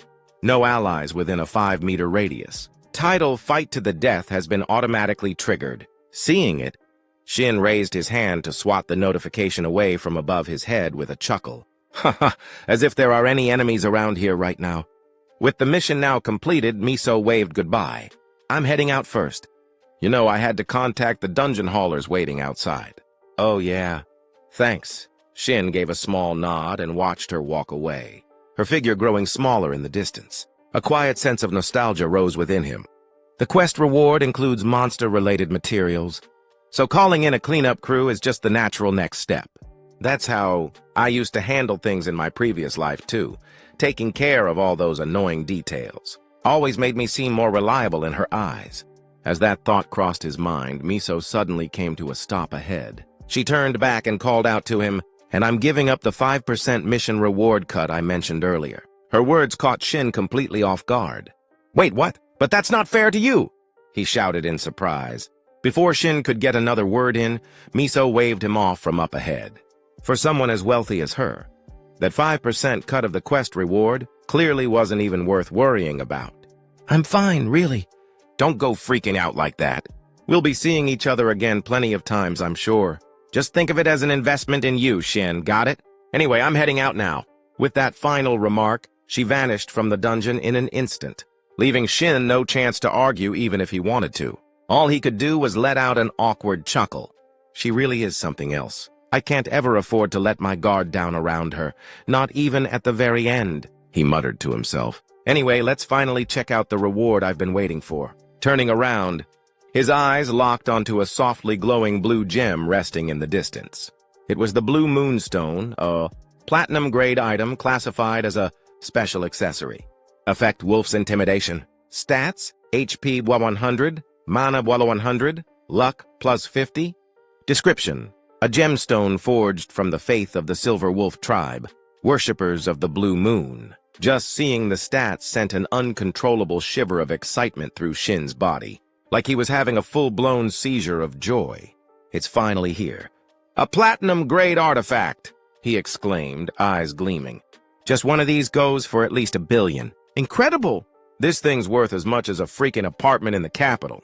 Practically sprinting over, he grabbed the gem and pressed it to his face like a long-lost treasure, basking in the sheer bliss of victory. Right on cue, the goddess of luck appeared beside him, smug as ever and ready to take credit. So have you started believing in her influence yet? She teased, flashing a playful smile. Seeing her show up, Shin's grin vanished in an instant. Why would this be your doing? That's all my effort, thank you very much. Before he could even finish his complaint, an unfamiliar divine voice suddenly cut in, crashing their conversation. The deity known as Ripped Lips. Strongly objects to the biased luck you've been receiving. A formal request has been submitted to remove the Goddess of Luck from the player system. In response, the Goddess of Luck took immediate action. With a flicker of mischief in her eyes, she suddenly initiated a vote among the constellations, connected to the player system. A system-wide notification appeared. Vote initiated, proposal to expel the entity known as Ripped Lips from the player system. The vote count began, climbing rapidly, 61, out of 100 and rising. Within moments, the proposal passed unanimously. The deity known as Ripped Lips was stripped of his constellation, status, and forcibly removed from the system, much to the sheer delight of the Goddess of Luck. It all happened so fast, Shin barely had time to blink before it was over. "Wait, that actually got approved?" he muttered in disbelief. "And here I thought she was just some quirky constellation. Turns out she's really popular." Choosing not to dwell on that cosmic drama, Shin turned his attention back to the glowing gemstone in front of him, eyes narrowed with focus. "Since it's platinum grade, I should be able to absorb about 40% of its power," he murmured. He read the item's effect carefully. Special effect, Hour of the Wolf, always active, no cooldown. When the moon is visible within a dungeon, recovery speed increases 5-fold. Regardless of the moon's presence, all wolf type. Monsters are placed under a continuous state of fear when in the vicinity of the blue moonstone's wielder. If the moon is visible, wolf-type monsters will never attack the wielder. Even an idiot could understand how powerful that was, let alone someone like Shin. "Pretty straightforward?" he grinned. "So basically, I'm a walking nightmare for wolves now, even without the moon." With a gleam in his eyes, he began the process of absorbing the artifact's power. Time passed, and the scene shifted to the quest hall. A portal shimmered into existence at the center of the grand lobby, drawing everyone's attention. From within that glowing gateway, Shin stepped out, calm, composed, and faintly glowing with residual power. Instantly, dozens of hunters who had been waiting in the hall turned to stare. The murmurs began immediately. "Wait, is that really Shin Sang-hyun? Did he really clear a level 100 quest solo?" One voice asked aloud. Another responded without hesitation. "I think so." Kim Miso wouldn't lie about something like that. Among the gathering crowd, a young staff member stood nervously, her worried eyes fixed on Shin. Clearly, she had been stressing over the decision to approve his quest assignment. Sensing her concern, Miso quietly approached and gently reassured her. "Don't worry about it," she said warmly. "No one in their right mind would have assigned a level 17 player to a level 100 dungeon. I would have stopped it myself if it was really a mistake. You did a good job." The kind words hit home. The young staffer's eyes welled up with emotion, and before she could stop herself, tears began to stream down her cheeks. As Miso gently patted the young employee on the shoulder, she added with a smile, "You should start remembering Shin Sang-hyun's face. He's going to become one of our regulars very soon." From a distance, Shin watched the emotional scene and chuckled softly. "Thinking about it now, I kind of feel bad for the staff," he thought. They must be under a ton of pressure. But he didn't get much time to reflect. Before he knew it, a crowd of guild members swarmed him, all trying to recruit him on the spot. "Shin Sang-hyun, I'm Yoon Jun, scout team leader of the Guardian Guild. You seem like an amazing player. How about joining us?" No, don't listen to them. Our guild offers the best support and benefits. Just hear us out." "Wait, we also—" Voices overlapped in a chaotic flurry of guild advertisements. But just as things were getting noisy, Miso stepped forward and cut them off. "Sorry," she said with a cool smile, "but Shin has some matters to settle with us first. We'll be taking our leave." The abrupt statement left the other guild members visibly unsettled. "Wait, what does that mean? Has Eden already recruited him?" someone whispered, trying to make sense of the situation. Miso didn't bother explaining further. Instead, she turned to look at Shin meaningfully and asked, "Right?" Yeah, I guess so." "Sure," Shin replied awkwardly, clearly caught off guard. A faint sense of unease stirred in him as he thought to himself, "She definitely just saved me from a headache. But what exactly is her plan?" Time passed quickly. The scene shifted to the inside of a luxury car. Shin stared at his phone screen, eyes wide with disbelief as he watched. 500 million? One get deposited into his account. A huge grin spread across his face. He couldn't stop smiling. Seeing his reaction, Miso laughed. "The quest payout got processed pretty fast, huh?" Snapping back to reality, Shin tried to compose himself and scratch the back of his head. Yeah, that was honestly faster than anything I've experienced before. I'm not complaining, though. Feels great getting a payday like that, Miso responded with a casual wave of her hand. I called in a few A-rank agents. They handled the paperwork and reward processing so things could move along quicker for you. Thanks. Seriously, thank you for helping me with all this, Shin said sincerely. Just as Shin was still basking in the joy of his freshly earned fortune, Miso suddenly spoke in a calm, almost casual tone. Driver, the chauffeur up front seemed to immediately grasp what his lady intended. Without needing further instruction, he responded promptly. Understood, Miss Miso. Activating private mode now. The moment those words left his mouth, a partition slid up from behind Shin's seat, sealing off the front of the car. Startled, Shin turned his head sharply. He quickly realized the situation. Yep, just as I suspected, he thought, narrowing his eyes slightly. What the hell is going on here? Nobody does anything this nice without wanting something in return. Shifting his gaze to Miso, he waited for her to explain herself. Miso didn't bother dancing around the topic or sugarcoating anything. She leaned in slightly with a grin and went straight to the point. Haha, I'm not good at sweet talk, she said. Shin Sang-hyun joined my guild, Eden. Even though Shin had already seen it coming, hearing Miso lay it out so directly still threw him off a bit. You're surprisingly straightforward. I expected more small talk and dancing around the subject, he said, clearly flustered. Miso just smiled, her eyes narrowing with amusement. Well, there's a reason we're called Eden. It's supposed to be a paradise for players. I don't think you'd regret joining us. Shin fell silent, her offer making him pause. I'd be lying if I said I didn't see this coming. Back in my previous life, I joined an average guild after I was reborn. At the time, being part of something gave me a sense of security. It was a small guild full of nobodies with nowhere else to go. But it was fun and comfortable, at least until that accident happened. Now I'm growing so fast that fancy facilities don't matter much. And sure, having a big opportunity like this could give me an edge. But it would also come with restrictions. Right now, fighting solo is helping me grow faster. After sorting through his thoughts, Shin finally made up his mind and opened his mouth to respond. I'm sorry, but before he could finish, Miso cut in, as if she had read his mind. You're planning to start a one-man guild, aren't you? That caught Shin completely off guard. He blinked, stunned. Apparently, the idea of a one-man guild had never even occurred to him. Still, he played it off like it was old news and nodded like a pro. Wow, you really do catch on fast. Not knowing his true thoughts, Miso simply shrugged. Well, I am the daughter of a major conglomerate's chairman. Considering your potential, Shin, it wasn't hard to figure out. And the thing is, I'm the only one who knows that right now. As she said this, she looked at him with clear intrigue in her eyes, like she was thoroughly enjoying the moment. All Shin could do in response was smile awkwardly. Even though she figured out that I'm planning to start a solo guild, she still made her move, showed her interest, and created a connection she can leverage later. Honestly, she's one hell of a negotiator, he thought to himself. Time passed quickly, and the scene shifted to the player district, specifically, Building C near Jamsil Station.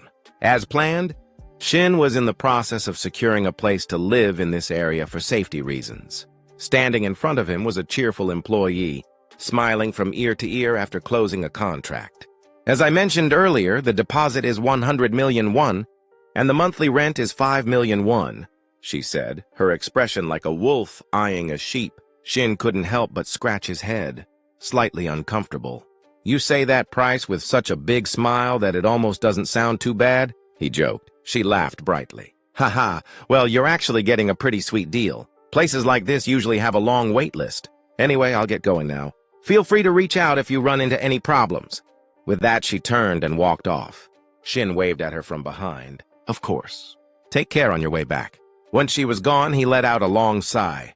I managed to find a place faster than expected. Everyone else on that wait list probably has to keep grinding it out. Now, I guess I should thank the goddess of luck for this one too, huh? So much had happened in such a short amount of time. His mysterious return to life, the strange new changes. It was all still kind of mind-blowing. For days, he'd been wrapped up in trying to make sense of everything, even if none of the information really helped in the immediate moment. He didn't know what steps to take moving forward, but eventually, that uncertainty began to fade, replaced by a shift in perspective. He felt it now, a pulse. a fire flowing through his body. Youth and potential, both burning bright in the palms of his hands. I'm not just going to sit around anymore. This time I'll live differently, happier, stronger. I swear I won't go back to being a coward. More than anything, opportunities for growth were appearing left and right. That alone felt like a blessing. As that thought passed, he suddenly recalled a memory. When Miso, the archer, had taken a phone call from someone important. Yes, this is her. Oh, Reporter Park Youngmin? Is that you? What brings you here today? Haha, you're always so quick on the scoop. Sitting beside her, Shin's eyes widened the moment he heard the name Park Youngmin. A spark of surprise flickered across his face as he thought to himself, wait, Park Youngmin from Player News? That guy is an S-rank reporter. At the same time, over at the Player News building, Youngmin was smiling brightly. That's right. I heard you, Miso. We're with him during the mission run. Things are going absolutely nuts over here with all the info coming in. Miso gave a slight nod and responded, it's just like you've heard. Out of all the players I've encountered recently, he's definitely... Before she could finish her sentence, Youngmin cut her off, lowering his voice. He could feel the nosy stares of his co-workers bearing down on him. Sorry, but could you speed it up a bit? Everyone's totally eyeing me right now. Time skipped ahead once again. Shin had just gotten out of the car and was politely thanking Miso. Thanks for the ride. But just as he turned to leave, Miso quickly called out, wait, Shin, just a second. We're about to explore an unidentified gate. We're putting together a temporary team, 4 members max, all under level 120. Don't worry, it's not an official guild mission. If you're interested, then... Before she could even finish the invitation, Shin's instincts picked up the sweet scent of a quest opportunity, and he practically shouted, I'm in! The way he reacted, like a dog being offered a bone, left Miso momentarily speechless. You turned down a guild offer without blinking, and now you're this excited over a mission? Ignoring her slightly sarcastic remark, Shin could barely contain the excitement bubbling up inside him. Finally, I've got a shot at entering the gate, he thought to himself. To put it simply, dungeons are fixed locations. Once you're in, the entrance and exit are set, and the traps and monsters all behave in predictable patterns. But a gate is different. It constantly changes. While you're dealing with one situation, the paths in and out can shift in real time. And sometimes even the monsters themselves change based on the nature of the gate. But as always, the greater the risk, the better the reward. That's a rule every player lives by. And if it's an unidentified gate, there's a special reward system in place for the first person to conquer it.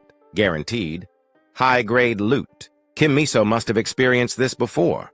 That weapon she has, one that can pierce through the hardened hide of a dark wolf, could only have come from a place like that.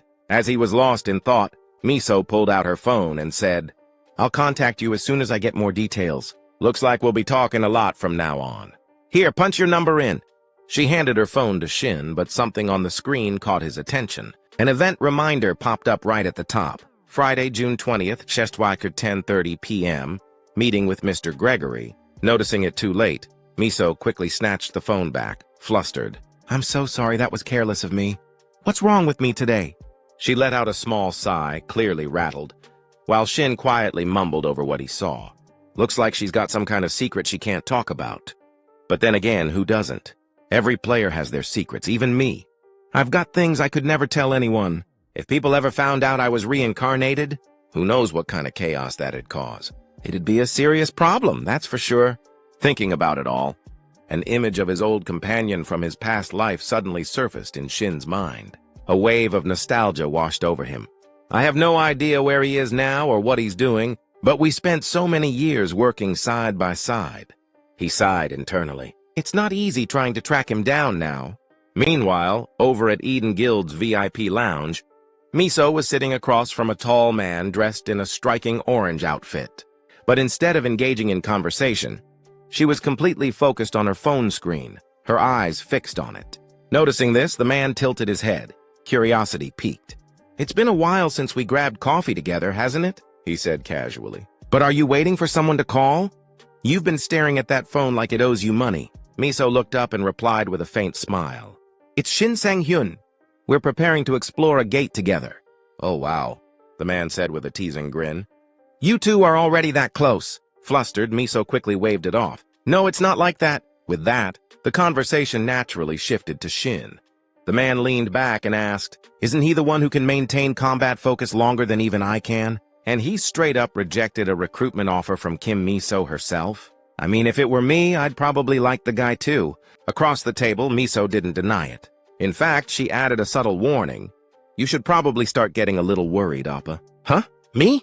Why would I be worried?" he asked, genuinely puzzled. Miso explained with a steady voice, "His swordsmanship is sharp, really sharp. Almost on par with yours.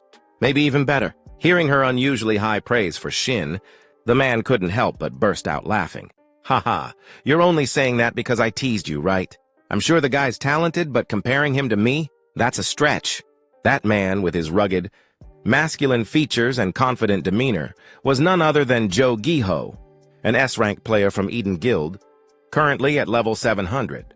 Time passed quickly, and before long, it was already the next morning. At that moment, Shin suddenly received a phone call from Miso the archer. He immediately answered, "Yes, this is Kim Miso, right? I'm listening." On the other end, Miso got straight to the point. "You're picking up? Good. I'm calling to talk about the gate situation." "So soon? I can talk now," Shin replied, clearly surprised. Not wanting to waste time, Miso dove right in. "An unidentified gate has just appeared about 500 meters northwest of the mountain shelter on Route 7. We've already done a preliminary scout of the middle zone, and I'm sending the info over to you now." Hearing that, Shin's eyes lit up. He quickly pulled up the data Miso had just sent. "Ah, okay. Give me a sec while I check it." As he read through the information on his phone, his eyes narrowed slightly. The screen displayed, "Mid-zone boss. Second gate, Hellhound Cerberus. Considered a wolf-type monster. Estimated level 100. Known traits, biting and multiple heads." Gate 3 details followed, along with a stream of additional data. Thanks to his experience, Shin already had a good sense of what kind of opponent he'd be facing. "What the hell? I just got this new skill, and now a monster like this shows up already?" Cerberus. Looks like it fits the conditions for that skill perfectly. Shin possessed the skill, Threshold Between Day and Night, which had a unique effect. It was always active and had no cooldown period. Whenever the moon appeared inside a dungeon, health and wound recovery speed increased 5-fold. Additionally, regardless of whether the moon was visible, any dog or wolf-type monster would fall into a fear state if the player possessed a blue moonstone. Even better, if the moon did appear, these types of monsters would never attack the player holding the blue moonstone. Back to the conversation. Shin smiled and nodded as he replied to Miso, "Yeah, I just finished checking the info. Thanks for sending it over." His polite tone made Miso chuckle on the other end. "Sharing info like this is the least we can do, right? I'll reach out again later, okay?" Nearby, a tall man overheard their cheerful exchange and cut in, clearly curious. "What's with all the loud chatting? Something going on?" Shin quickly turned toward him, a little flustered. "Ah, sorry about that, Captain." Before he could finish, the tall man waved it off with a laugh. "Hey, I'm just messing with you. You're a celebrity now, I totally get it. And hey, I'm not your captain anymore. Just call me Hung from now on." This guy was none other than Captain Yun D. King, the same man who had once led Shin into the Orc Dungeon, a place rookies often referred to as the Wailing Wall. Back to Shin, the compliment from Yun D. King made him a little flustered. He scratched his head awkwardly and said, "Come on, Hung. I'm not that famous. I've still got a long way to go." Hearing that, Yun D. King let out a chuckle and raised an eyebrow. "The way you're talking, I'm guessing you haven't gotten that call yet." "Huh? What call?" Shin asked, clearly puzzled. Without dragging it out, Yun D. King shoved his phone in Shin's face. "See for yourself. You made the front page of Player Weekly. If that's not fame, I don't know what is." On the phone screen was a crystal-clear photo of Shin. Right under a bold headline, "Player Weekly, the legendary rookie has arrived. Shin Sanang-hun blazes onto the scene." Reporter Park Youngmen. The article detailed how a new player had made a surprise appearance in the zone, followed by a stream of additional details. Reading it, Shin realized he hadn't seen this article anywhere before. His eyes widened in shock, and then he practically screamed like his house had just caught fire. "What the hell is this?" His startled reaction made Yun King burst out laughing. "Haha, you might want to turn off your phone now. You're about to get all kinds of calls." Switching to Shin's internal thoughts, he was clearly frustrated. "It's not that I hate this magazine, but do they really just publish stuff? Like this without even interviewing the person first? As if on cue, just like Yoon Dequing had predicted, Shin's phone started ringing non-stop. That only gave Yoon more material to tease him with. What's the matter? Don't tell me one of your distant cousins already got to you, Shin replied dryly. I'm only thinking about the close relatives at this point. As he said that, he quickly turned off his phone, stuffed it into his pocket, and let out a long sigh. Great. Another thing to worry about. Hung, did I come prepared today or what? Before Shin could even finish his sentence, Yoon Dequing, who already seemed to know where this was headed, held out the bag he'd been carrying and placed it right in front of Shin. That's what you're talking about, right? On Shin's end, the moment he peeked inside the bag and saw what was in there, he lit up and exclaimed, "Yes! Thanks so much." Hung Yoon Dequing crossed his arms and quipped, "Thanks? If anyone heard that, they'd think I gave it to you for free. Money-wise, though, this stuff's all old gear covered in my fingerprints. Wouldn't it make more sense for you to just buy new ones?" There was a clear note of curiosity in his voice. After all, Shin was now a well-known player with serious skills. Picking up new gear should have been no problem at all for someone like him. Of course, Shin couldn't exactly tell Yoon Dequing that he planned to absorb the old gear to boost his powers, so he gave an awkward, half-hearted excuse instead. "Maybe I'm just trying to inherit your fighting spirit, you know? The way you handle things." The more he spoke, the more Yoon Dequing's expression darkened. Eventually, the man couldn't hold back and muttered, "Ha, there you go, talking nonsense again." Shin gave a sheepish grin. "Well, just think of this as a way to shake off some bad luck or something." Meanwhile, Yoon Dequing silently shook his head. "Yeah, right. Like that explains why old gear has a higher absorption rate." Just as he was about to press further, a voice suddenly cut in from behind, a woman's voice. "Sorry I'm late. Parking here's a nightmare. Let's get the appraisal started right away." The voice belonged to a strikingly beautiful woman. As she approached, Shin gave her a quick glance, then turned to Yoon Dequing and asked, "Huh? Who's that?" "Oh, that's the appraiser I called in to help with our transaction," Dequing replied casually. "Brought her along so you don't get ripped off. Gotta look out for my people, you know? Ha." He threw an arm around Shin's shoulder. Wasting no time, the appraiser got straight to work. A soft purple glow shimmered from her lips as she cast a skill that enveloped all the items in a faint light. Moments later, she let out a relaxed breath, nodded, and turned to both of them. "All set. The evaluation's complete. You two can go ahead and trade based on the pre-agreed price. Looks fair." Hearing that, Yoon Dequing shot a sideways glance at Shin. "So you were planning to haggle, huh?" "What? Of course not!" Shin shook his head firmly. Then, maybe because his hands were starting to itch for action, Yoon Dequing suddenly drew his sword and said with a grin, "All right then. Before we lock in the deal, how about you take a look at my swordsmanship first?" Shin quickly raised his hands in refusal. "No way, Hung! I'm not qualified to judge something like that." But before he could finish, Yoon Dequing cut him off, blunt and honest. "Quit pretending to be humble. I'm not dumb. I know full well you're way better than me. And I'm not stupid enough to let my pride get in the way of improving myself. No, really, I mean it," Shin tried to explain, genuinely hating how awkward and complicated this was becoming. But when he saw the serious look on Dequing's face, he sighed inwardly. Turning down someone who's that sincere would just be rude. So in the end, he agreed. "All right, just pretend I'm not even here. Do what you usually do." At that, Dequing's face instantly brightened. He got into his stance, ready to go. Shin, watching him, turned to the appraiser and gave a quick heads up. "You might want to stand behind me for this." "Oh, right. Got it." The appraiser nodded, quickly stepping aside to give them space. Once she moved to a safe distance, Yoon Dequing shouted, "Here I come!" and charged forward. His movements were sharp, and each strike of his sword sliced through the air, stirring up powerful gusts that whipped outward in all directions. Even Shin couldn't help but be impressed, thinking to himself, "Whoa, he's gotten way stronger since the last time we met in that dungeon. Looks like he hasn't stopped training for even a second." But then he noticed something off. "Hold up for a second, Hung," Shin called out. "Huh? Already? I've still got more," Dequing said in surprise. But Shin walked over and pointed something out. "Your left arm, is something wrong with it?" That caught Dequing off guard. "How'd you know?" Shin explained. "When you swing with your right, your left shoulder opens up too much. It felt like you weren't fully aware of that side of your body." "If I'm right," Dequing let out a resigned breath and finally admitted it. "You nailed it. I've had a minor injury on that side. Something from blocking hits with my left shoulder. Guess I couldn't hide it, huh? Most of the damage I've taken during training or in dungeons has ended up on that side. I know it's a problem, but there's not much I can do. As he spoke, he reached up to rub his left shoulder with a frustrated expression. But what Shin said next left Yun King stunned. That injury? It's treatable. It's actually way easier to fix than you think. Don't hide it. Own it. Choose a sword style that flows better with your current form. Make it your strength, from the way you control your movement to the rhythm of your steps. It won't be easy to adjust everything, but trust me, you'll improve a lot.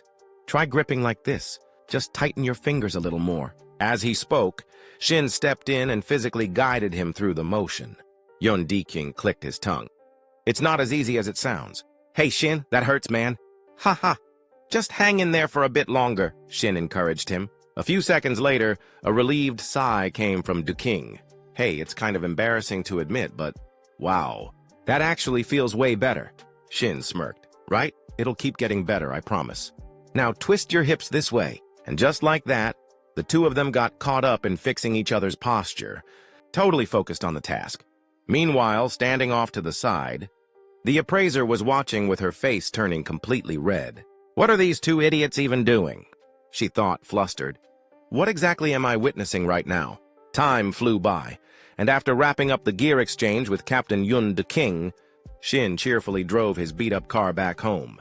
He was in such a good mood that he started whistling to himself. Sure, this deal cost me over 100 million yuan, but it was still worth it. What I'll gain from this far outweighs what I paid. King seemed satisfied after the little sword training session. But that appraiser girl looked kind of weird toward the end. Was she just tired? Whatever. I can't wait to devour these items and see how much stronger I've gotten. There's no way I can wait until the next gate opens. Maybe I should just call Kim Miso already.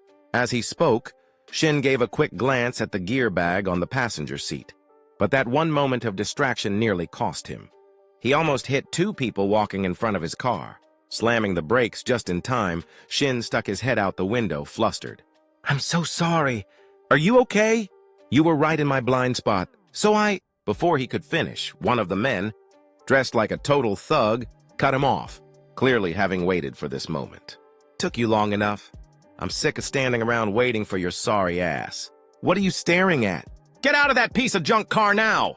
His tone was more of a command than a request, leaving Shin confused and annoyed. What the hell? Debt collectors or something? Who are these guys?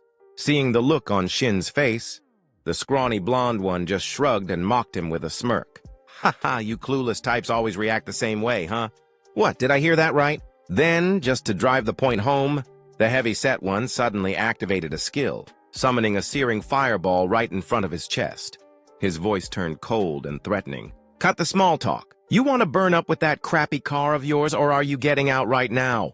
From Shin's perspective, he finally realized who these two idiots were. Faces from his past life. Oh, right. I remember now. These guys are Choi Yongchol and Choi Sangho from the Unopia Guild. Yongchol, in particular, always preyed on those weaker than him. Sangho was his lackey, the one who filmed all his YouTube videos. Thanks to his toxic, extreme content, he had a handful of loyal followers who always watched his stuff. But after crossing the line one too many times, he ended up with a life sentence and faded into obscurity. So yeah, in other words, both of them are absolute scum. Thinking about all that, Shin let out a deep sigh, not knowing what was going through his mind. Yongchol and Sangho looked at his face and started mocking him. Haha, look at that, Yongchol. This kid's frozen stiff. Yeah, why is he pissing me off so much already? But with just one glance, Shin had already read their stats like an open book. Choi Yongchol, level 100 B-rank player. His lackey, Sangho, level 75 C-rank. Just realizing these two trash bags were targeting him to film. Some kind of video again made Shin feel tired. Seriously? I just wanted to test out my new artifacts and see how much stronger I've gotten. Why does annoying trash like this keep finding me? Huh. These guys aren't even worth using as test dummies. Still, not wanting his car to end up a flaming pile of scrap metal, Shin grabbed his gear, stepped out, and said, All right, so what's your deal? Seeing that Shin didn't look like someone easy to push around, the fat one snapped his fingers, extinguishing the fireball he had conjured earlier. He scoffed and said mockingly, You want to know? Chill out, man. We're just the local peacekeepers around here. Keeping this multiplayer city safe and sound, you know? We've been getting complaints about someone, apparently. There's this jackass driving a piece of junk car all over town. People say they're sick of having to deal with it just being around. Know who I'm talking about? As he spoke, he raised one foot and slammed it into Shin's car. Shin's expression darkened immediately, but Yongchol, clueless as ever, didn't pick up on it. He kept flapping his mouth with a smug grin. Now do you get it? Unless you want this trash heap of yours to rot away right here. Pack your junk and get lost, got it? Meanwhile, the commotion had caught the attention of nearby pedestrians. A few people were already starting to murmur, as they noticed who was causing the disturbance. Hey, what's going on over there? Isn't that Yongchol and Sangho again? Those jerks are picking fights like always. Just then, a guy with reddish-brown hair suddenly recognized someone in the middle of the scuffle. Wait, I know that guy. Isn't he the one who was featured in Player Weekly? He's the one who went into that mission zone with Kim Miso. What was his name again? Shin Sanang-hyun, right?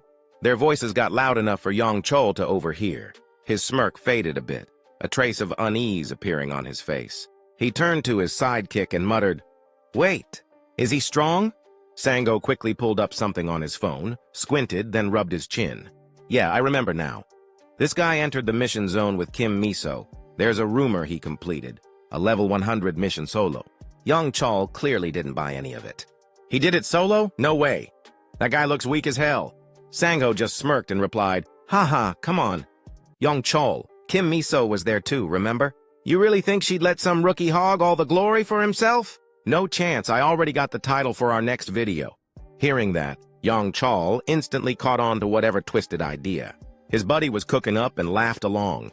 "Haha, can't believe you're this good at milking this stuff." Without wasting another second, Sangho whipped out his phone, turned on the camera, and gave a little cue. Time to teach the rookie that Kim Miso's been babysitting a real lesson. "We're live!" At that, the fat one stepped up and glared coldly at Shin. "Hey, Shin Sanang-hyun, I'm going to be generous here. Let's switch to training mode and have ourselves a duel. If I win, you pack up and leave Player Town immediately and, of course, you'll star in our next video. But if you win, we'll back off and stay out of your way. Fair deal?" Switching back to Shin's point of view, he was already livid after they messed with his car, so he didn't even hesitate before spitting out his reply. "Fine by me. But you're adding 500 million wan and your damn wrist into the bet. If you're too scared, get the hell out of my face." His voice was razor sharp, and his eyes burned with a wild, unhinged fire like a rabid dog ready to bite. That did it. Veins popped across Yongchol's neck as his temper flared. Just as he was about to curse Shin out, his partner suddenly called out from behind. "Hey, yo, wait a sec." Annoyed, Yongchol snapped back. "What now, dumbass? Can't you see I'm busy?" But Sangho didn't flinch. His face had turned pale and sweat dripped down his temples. "Look, check the chat channel right now." On the public channel, messages were flooding in, all echoing the same thing. 500 mil. Everyone watching was already on board with Shin's raised stakes. Yongchol couldn't hold back a string of curses. Shin, meanwhile, didn't take his eyes off him for a second and added, "What's it going to be? You in or are you scared?" Back on Yongchol's side, a realization finally hit him like a brick. Wait a minute. If we actually go through with this, the video won't even be monetized. Too much violence might even get flagged as adult content. Still, with his pride on the line and rage boiling under the surface, he muttered, "Screw it. Maybe this is just the outlet I need to blow off some steam." Time passed quickly, and the scene shifted to the plaza in front of Building C, deep in Player Town. By now, Shin had arrived with Yongchol and Sangho, drawing the attention of a growing crowd of curious onlookers. A girl with jet black hair spoke up first. "What's going on here? Is that really Shin Sanang-hyun?" Next to her, a guy in a blue jacket looked a bit worried for Shin. "Those guys are just punks. They're always pulling stunts and picking on new players. Hey, do you live around—" Before he could even finish his sentence, the girl cut him off flatly. "I have a boyfriend." Just then, a system announcement echoed across the square. Training mode has been activated. All participating players have received the protective shield buff. Training setup is complete. Players, please begin your combat training. At this point, Yongchol still had no idea just how dangerous the person he was provoking really was. He kept running his mouth, laughing loudly. "Just like you said, 500 mil and our wrists on the line. And don't worry, I keep my promises, so don't chicken out now. If you're smart, you'd turn around and walk away while you still can. Up front, Shin didn't say a word. He just let out a long, slow breath like he was trying to keep himself calm. Meanwhile, Yang Chol continued to flap his gums. You hear me? Let's get this started. I don't mess around when it comes to fighting, but before he could even finish his sentence, a panicked voice rang out. Yang Chol! Startled, Yang Chol looked up and his eyes went wide. Shin was already airborne, leaping down at him from above, sword in hand. His gaze was icy cold, his voice even colder. I'm not playing either. Even if you beg, I'm not going to spare you. And just like that, their fight exploded into action, streamed live on YouTube for everyone to see. By pure chance, someone else happened to be watching. Kim Miso. The moment she saw what was happening, her eyes went wide with shock, completely frozen in place. Miso couldn't help but feel curious, wondering what the hell was going on with Shin. But once she got a better look at his opponent, her expression shifted as she recognized the man. Wait a second, isn't that Choi Young-chol from the Inopia Guild? He's a B-rank player, but super well-known, because his uncle's the guild master. What's he doing messing with Shin? Right then, a voice called out from nearby. Hey, Miso, what's going on? Why the long face?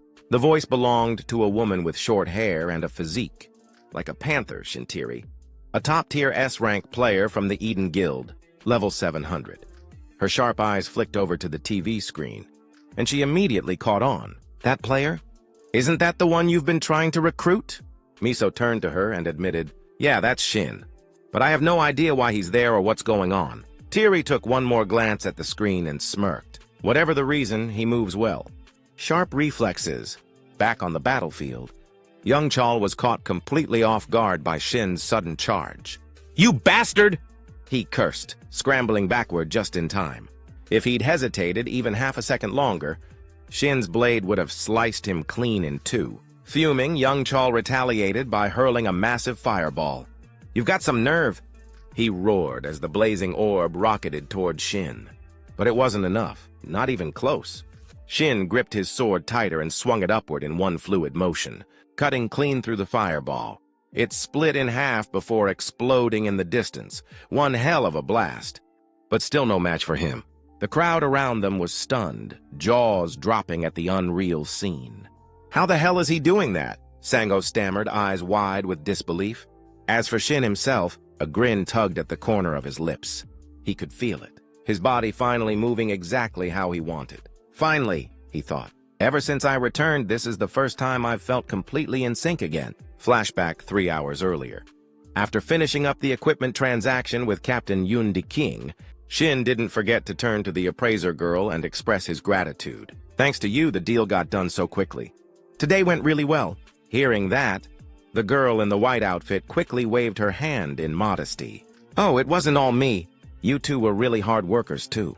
Plus, I benefited from it as well, she said, her cheeks slightly flushed, which left Shin completely confused at that moment. Captain Yun Di King burst out laughing. Ha ha, a day like this we've got to go out for drinks. You should join us. Now that we've got money, we can eat whatever we want, salmon or beef. Despite being very tempted to go, Shin awkwardly declined. Sorry, I have some errands to run. You two go ahead and enjoy yourselves. Immediately, the burly captain asked, taken aback. Hey, what's going on, Shin? Is it because I asked too much of you? Shin quickly explained. No, I'm really sorry. Although Yun De King wanted Shin to come along, he reluctantly accepted. Oh, is that so? Well, I guess we can't force it. Looks like it's just the two of us, huh, my friend? Upon hearing that, the girl in the white outfit covered her mouth in surprise and exclaimed, Oh no, what am I doing?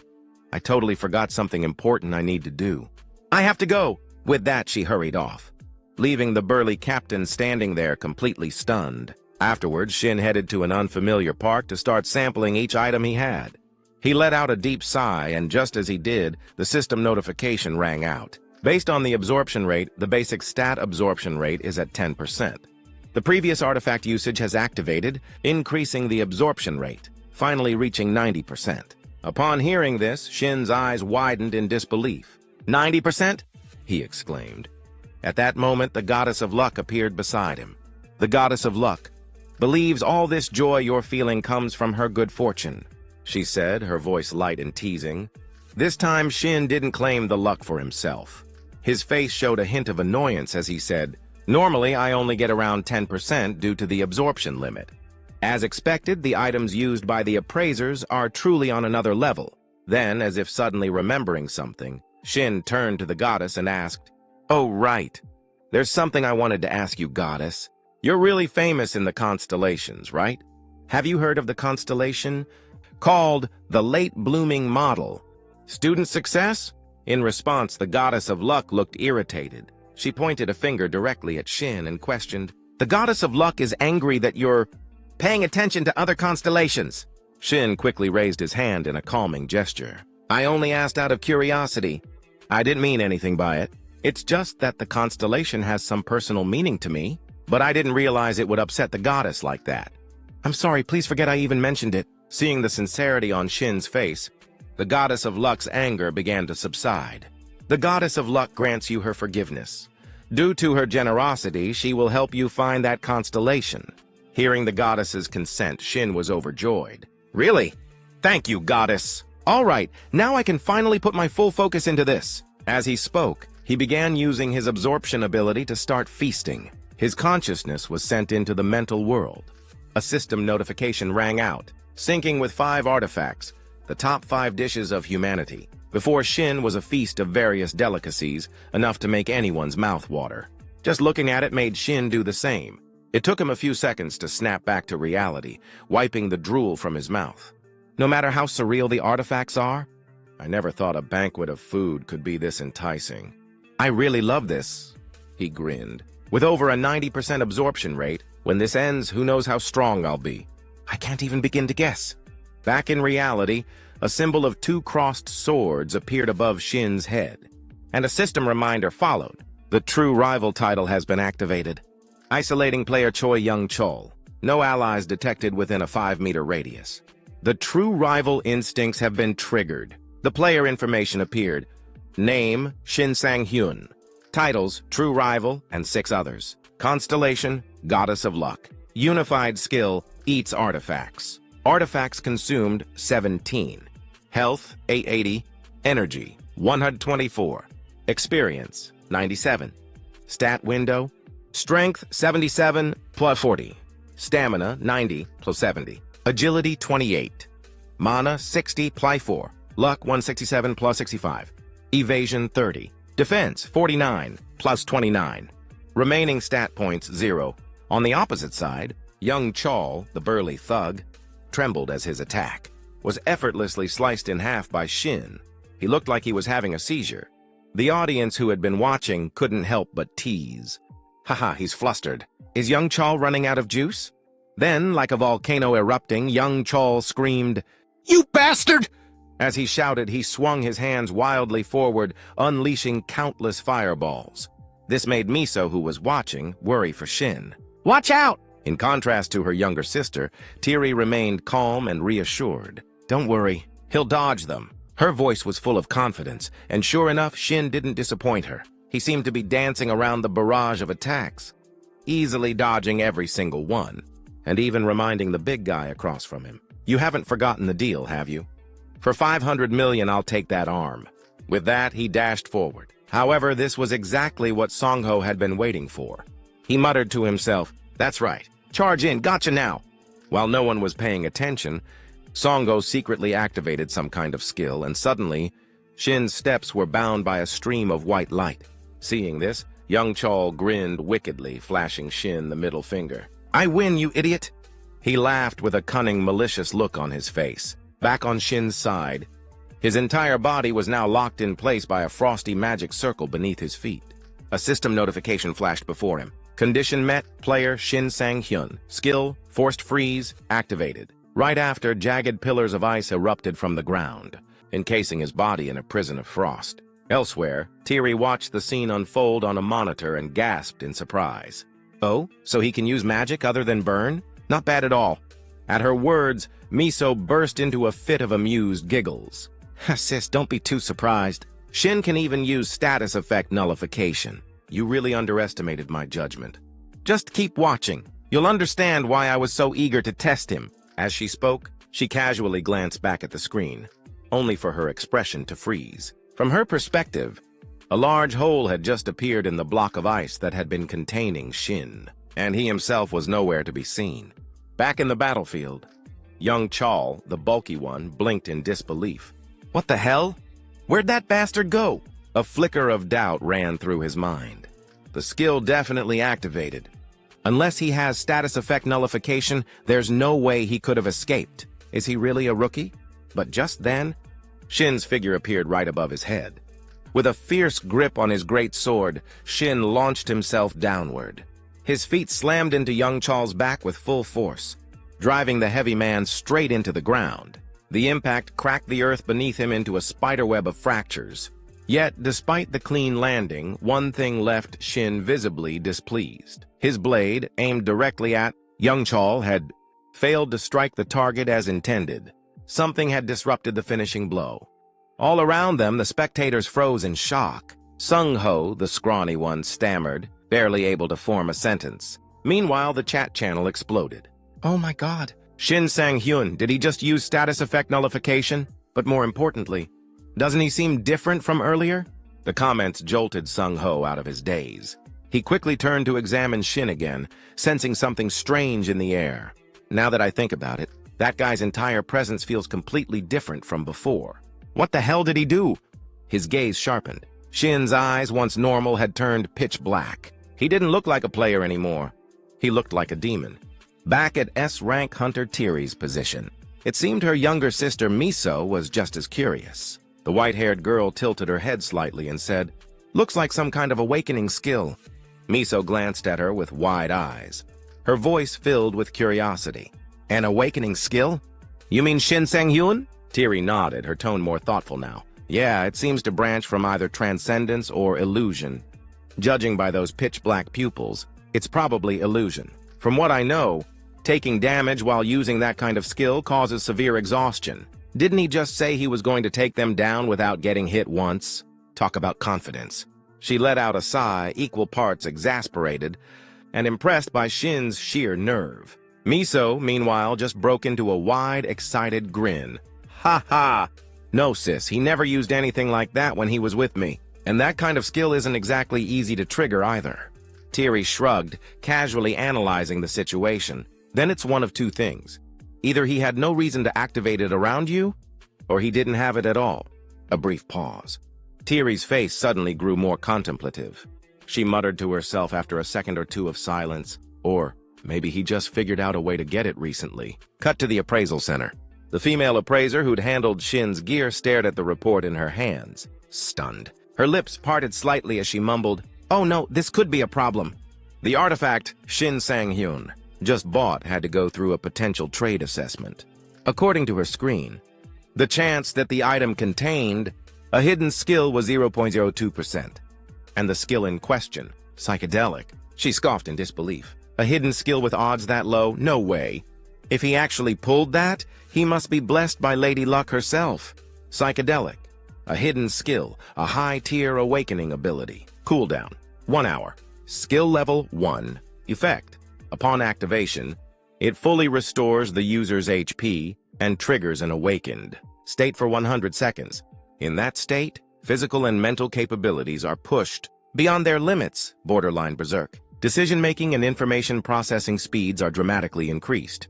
Drawback: once the illusion effect ends, the user crashes into extreme exhaustion for 10 minutes, with delayed damage taking its toll. Cut back to Shin, who now looked and sounded like a lunatic on a full-blown adrenaline high. So, what about that bet, huh? Want to run it back? His voice brimmed with manic energy. Across from him, young Chal was pale as a sheet, fear seeping into his bones. He cursed under his breath. Shit, this bastard. I let my guard down thinking he was just some rookie. But if this is what he's really capable of, I'll have to get serious. Thinking quickly, young Chal slammed both palms against the ground, unleashing a surge of mana that caused a minor explosion beneath them. The blast flung both him and Shin in opposite directions, a desperate move to break free from Shin's grip. As he staggered backward, retreating through the smoke and debris, young Chal's mind raced. First, I need to put some distance between us. But wait, will that even work? This is nothing like what that bastard Jo Sung-ho told me. If I'd known he was this strong, I never would have picked this fight. Don't tell me. Those bastards! His thoughts spiraled into confusion as he glanced toward his own subordinate. The blonde, scrawny Sung-ho wouldn't even make eye contact anymore. He stood frozen, drenched in sweat, looking like he was about to puke. And in that moment, even young Chol, dense as he could be, finally realized he'd been set up. Hard. But before he could turn his rage toward Sung-ho, Shin was already on him. The younger man rushed forward, grabbed a fistful of young Chol's shirt, and slammed him straight down into the stone floor with brutal force. The impact sent chunks of tile and dirt flying in every direction. "You fat bastard!" Shin growled, his voice low and dangerous. "Let's end this. Time for the final round." Young Chol writhed beneath him, now more terrified than ever. Wait. Fine, you win, all right? I'll transfer the 500 million right now." But Shin wasn't here for money anymore. There was no way he'd let this guy off that easily. His eyes narrowed. "The bet's done," he said coldly. "Now, it's personal." He raised his fist high. Young Chol's eyes widened in disbelief. "What? There's nothing personal. Are you insane?" But Shin was already seeing red. "Oh, there's something personal, all right. You want to know why I started all this?" His grip tightened. Flashback, 3 days ago. At a modest auto repair shop, a mechanic handed Shin his keys and offered a solemn nod. "We've patched her up, but you're going to have to let her go soon." Shin blinked, caught off guard. "Wait, what? Let her go?" The mechanic nodded again, more gently this time. "Yeah, she's too old now. I know you're attached, but it's time. That car's taken you everywhere, hasn't it? I'm sure she's happy knowing that." As those words left the mechanic's mouth, even he had to fight back tears. But Shin? He didn't stand a chance. His eyes welled up, his throat tightened. His heart ached as if he were losing a lifelong friend. And then he heard it. The faint, almost ghostly voice of the old car echoed in his mind. "That's right, Shin. I've been so happy taking you everywhere all this time. But now, it's your turn. Live a good life, okay?" Just picturing his beloved rust bucket being forced into retirement. Like that, unceremoniously and against its will, was enough to make his blood boil. His face twisted with rage, veins bulging in his forehead as he screamed at young Chol like a man possessed. "This is for my scrapped baby, you bastard!" On the ground, young Chol was already shaking, eyes wide with fear, tears streaming down his face. "I'm sorry, okay? I'm really sorry." But it was too late. And then it happened. A horrifying, wet sound broke through the tension. Squish. A moment of stunned silence followed. People nearby instinctively recoiled, covering their noses, their faces contorting in disgust. "The hell is that smell?" someone shouted. Even Shin froze, his fist still raised mid-air, now eyeing young Chol in horrified disbelief. The bastard had literally crapped himself. And the worst part? This was all being streamed live. Every viewer, from casual fans to hardcore PvP junkies, saw it in real time. Gasps, groans, and a tidal wave of secondhand embarrassment flooded the chat. "Bro, what did I just watch?" Young Chol went full toddler mode. "Is this a boss fight or a bathroom emergency?" Back on the battlefield, young Chol had completely broken down, a shell of the arrogant man he was minutes ago. He sobbed uncontrollably, curled into a trembling heap. I'm sorry. I swear I'm sorry."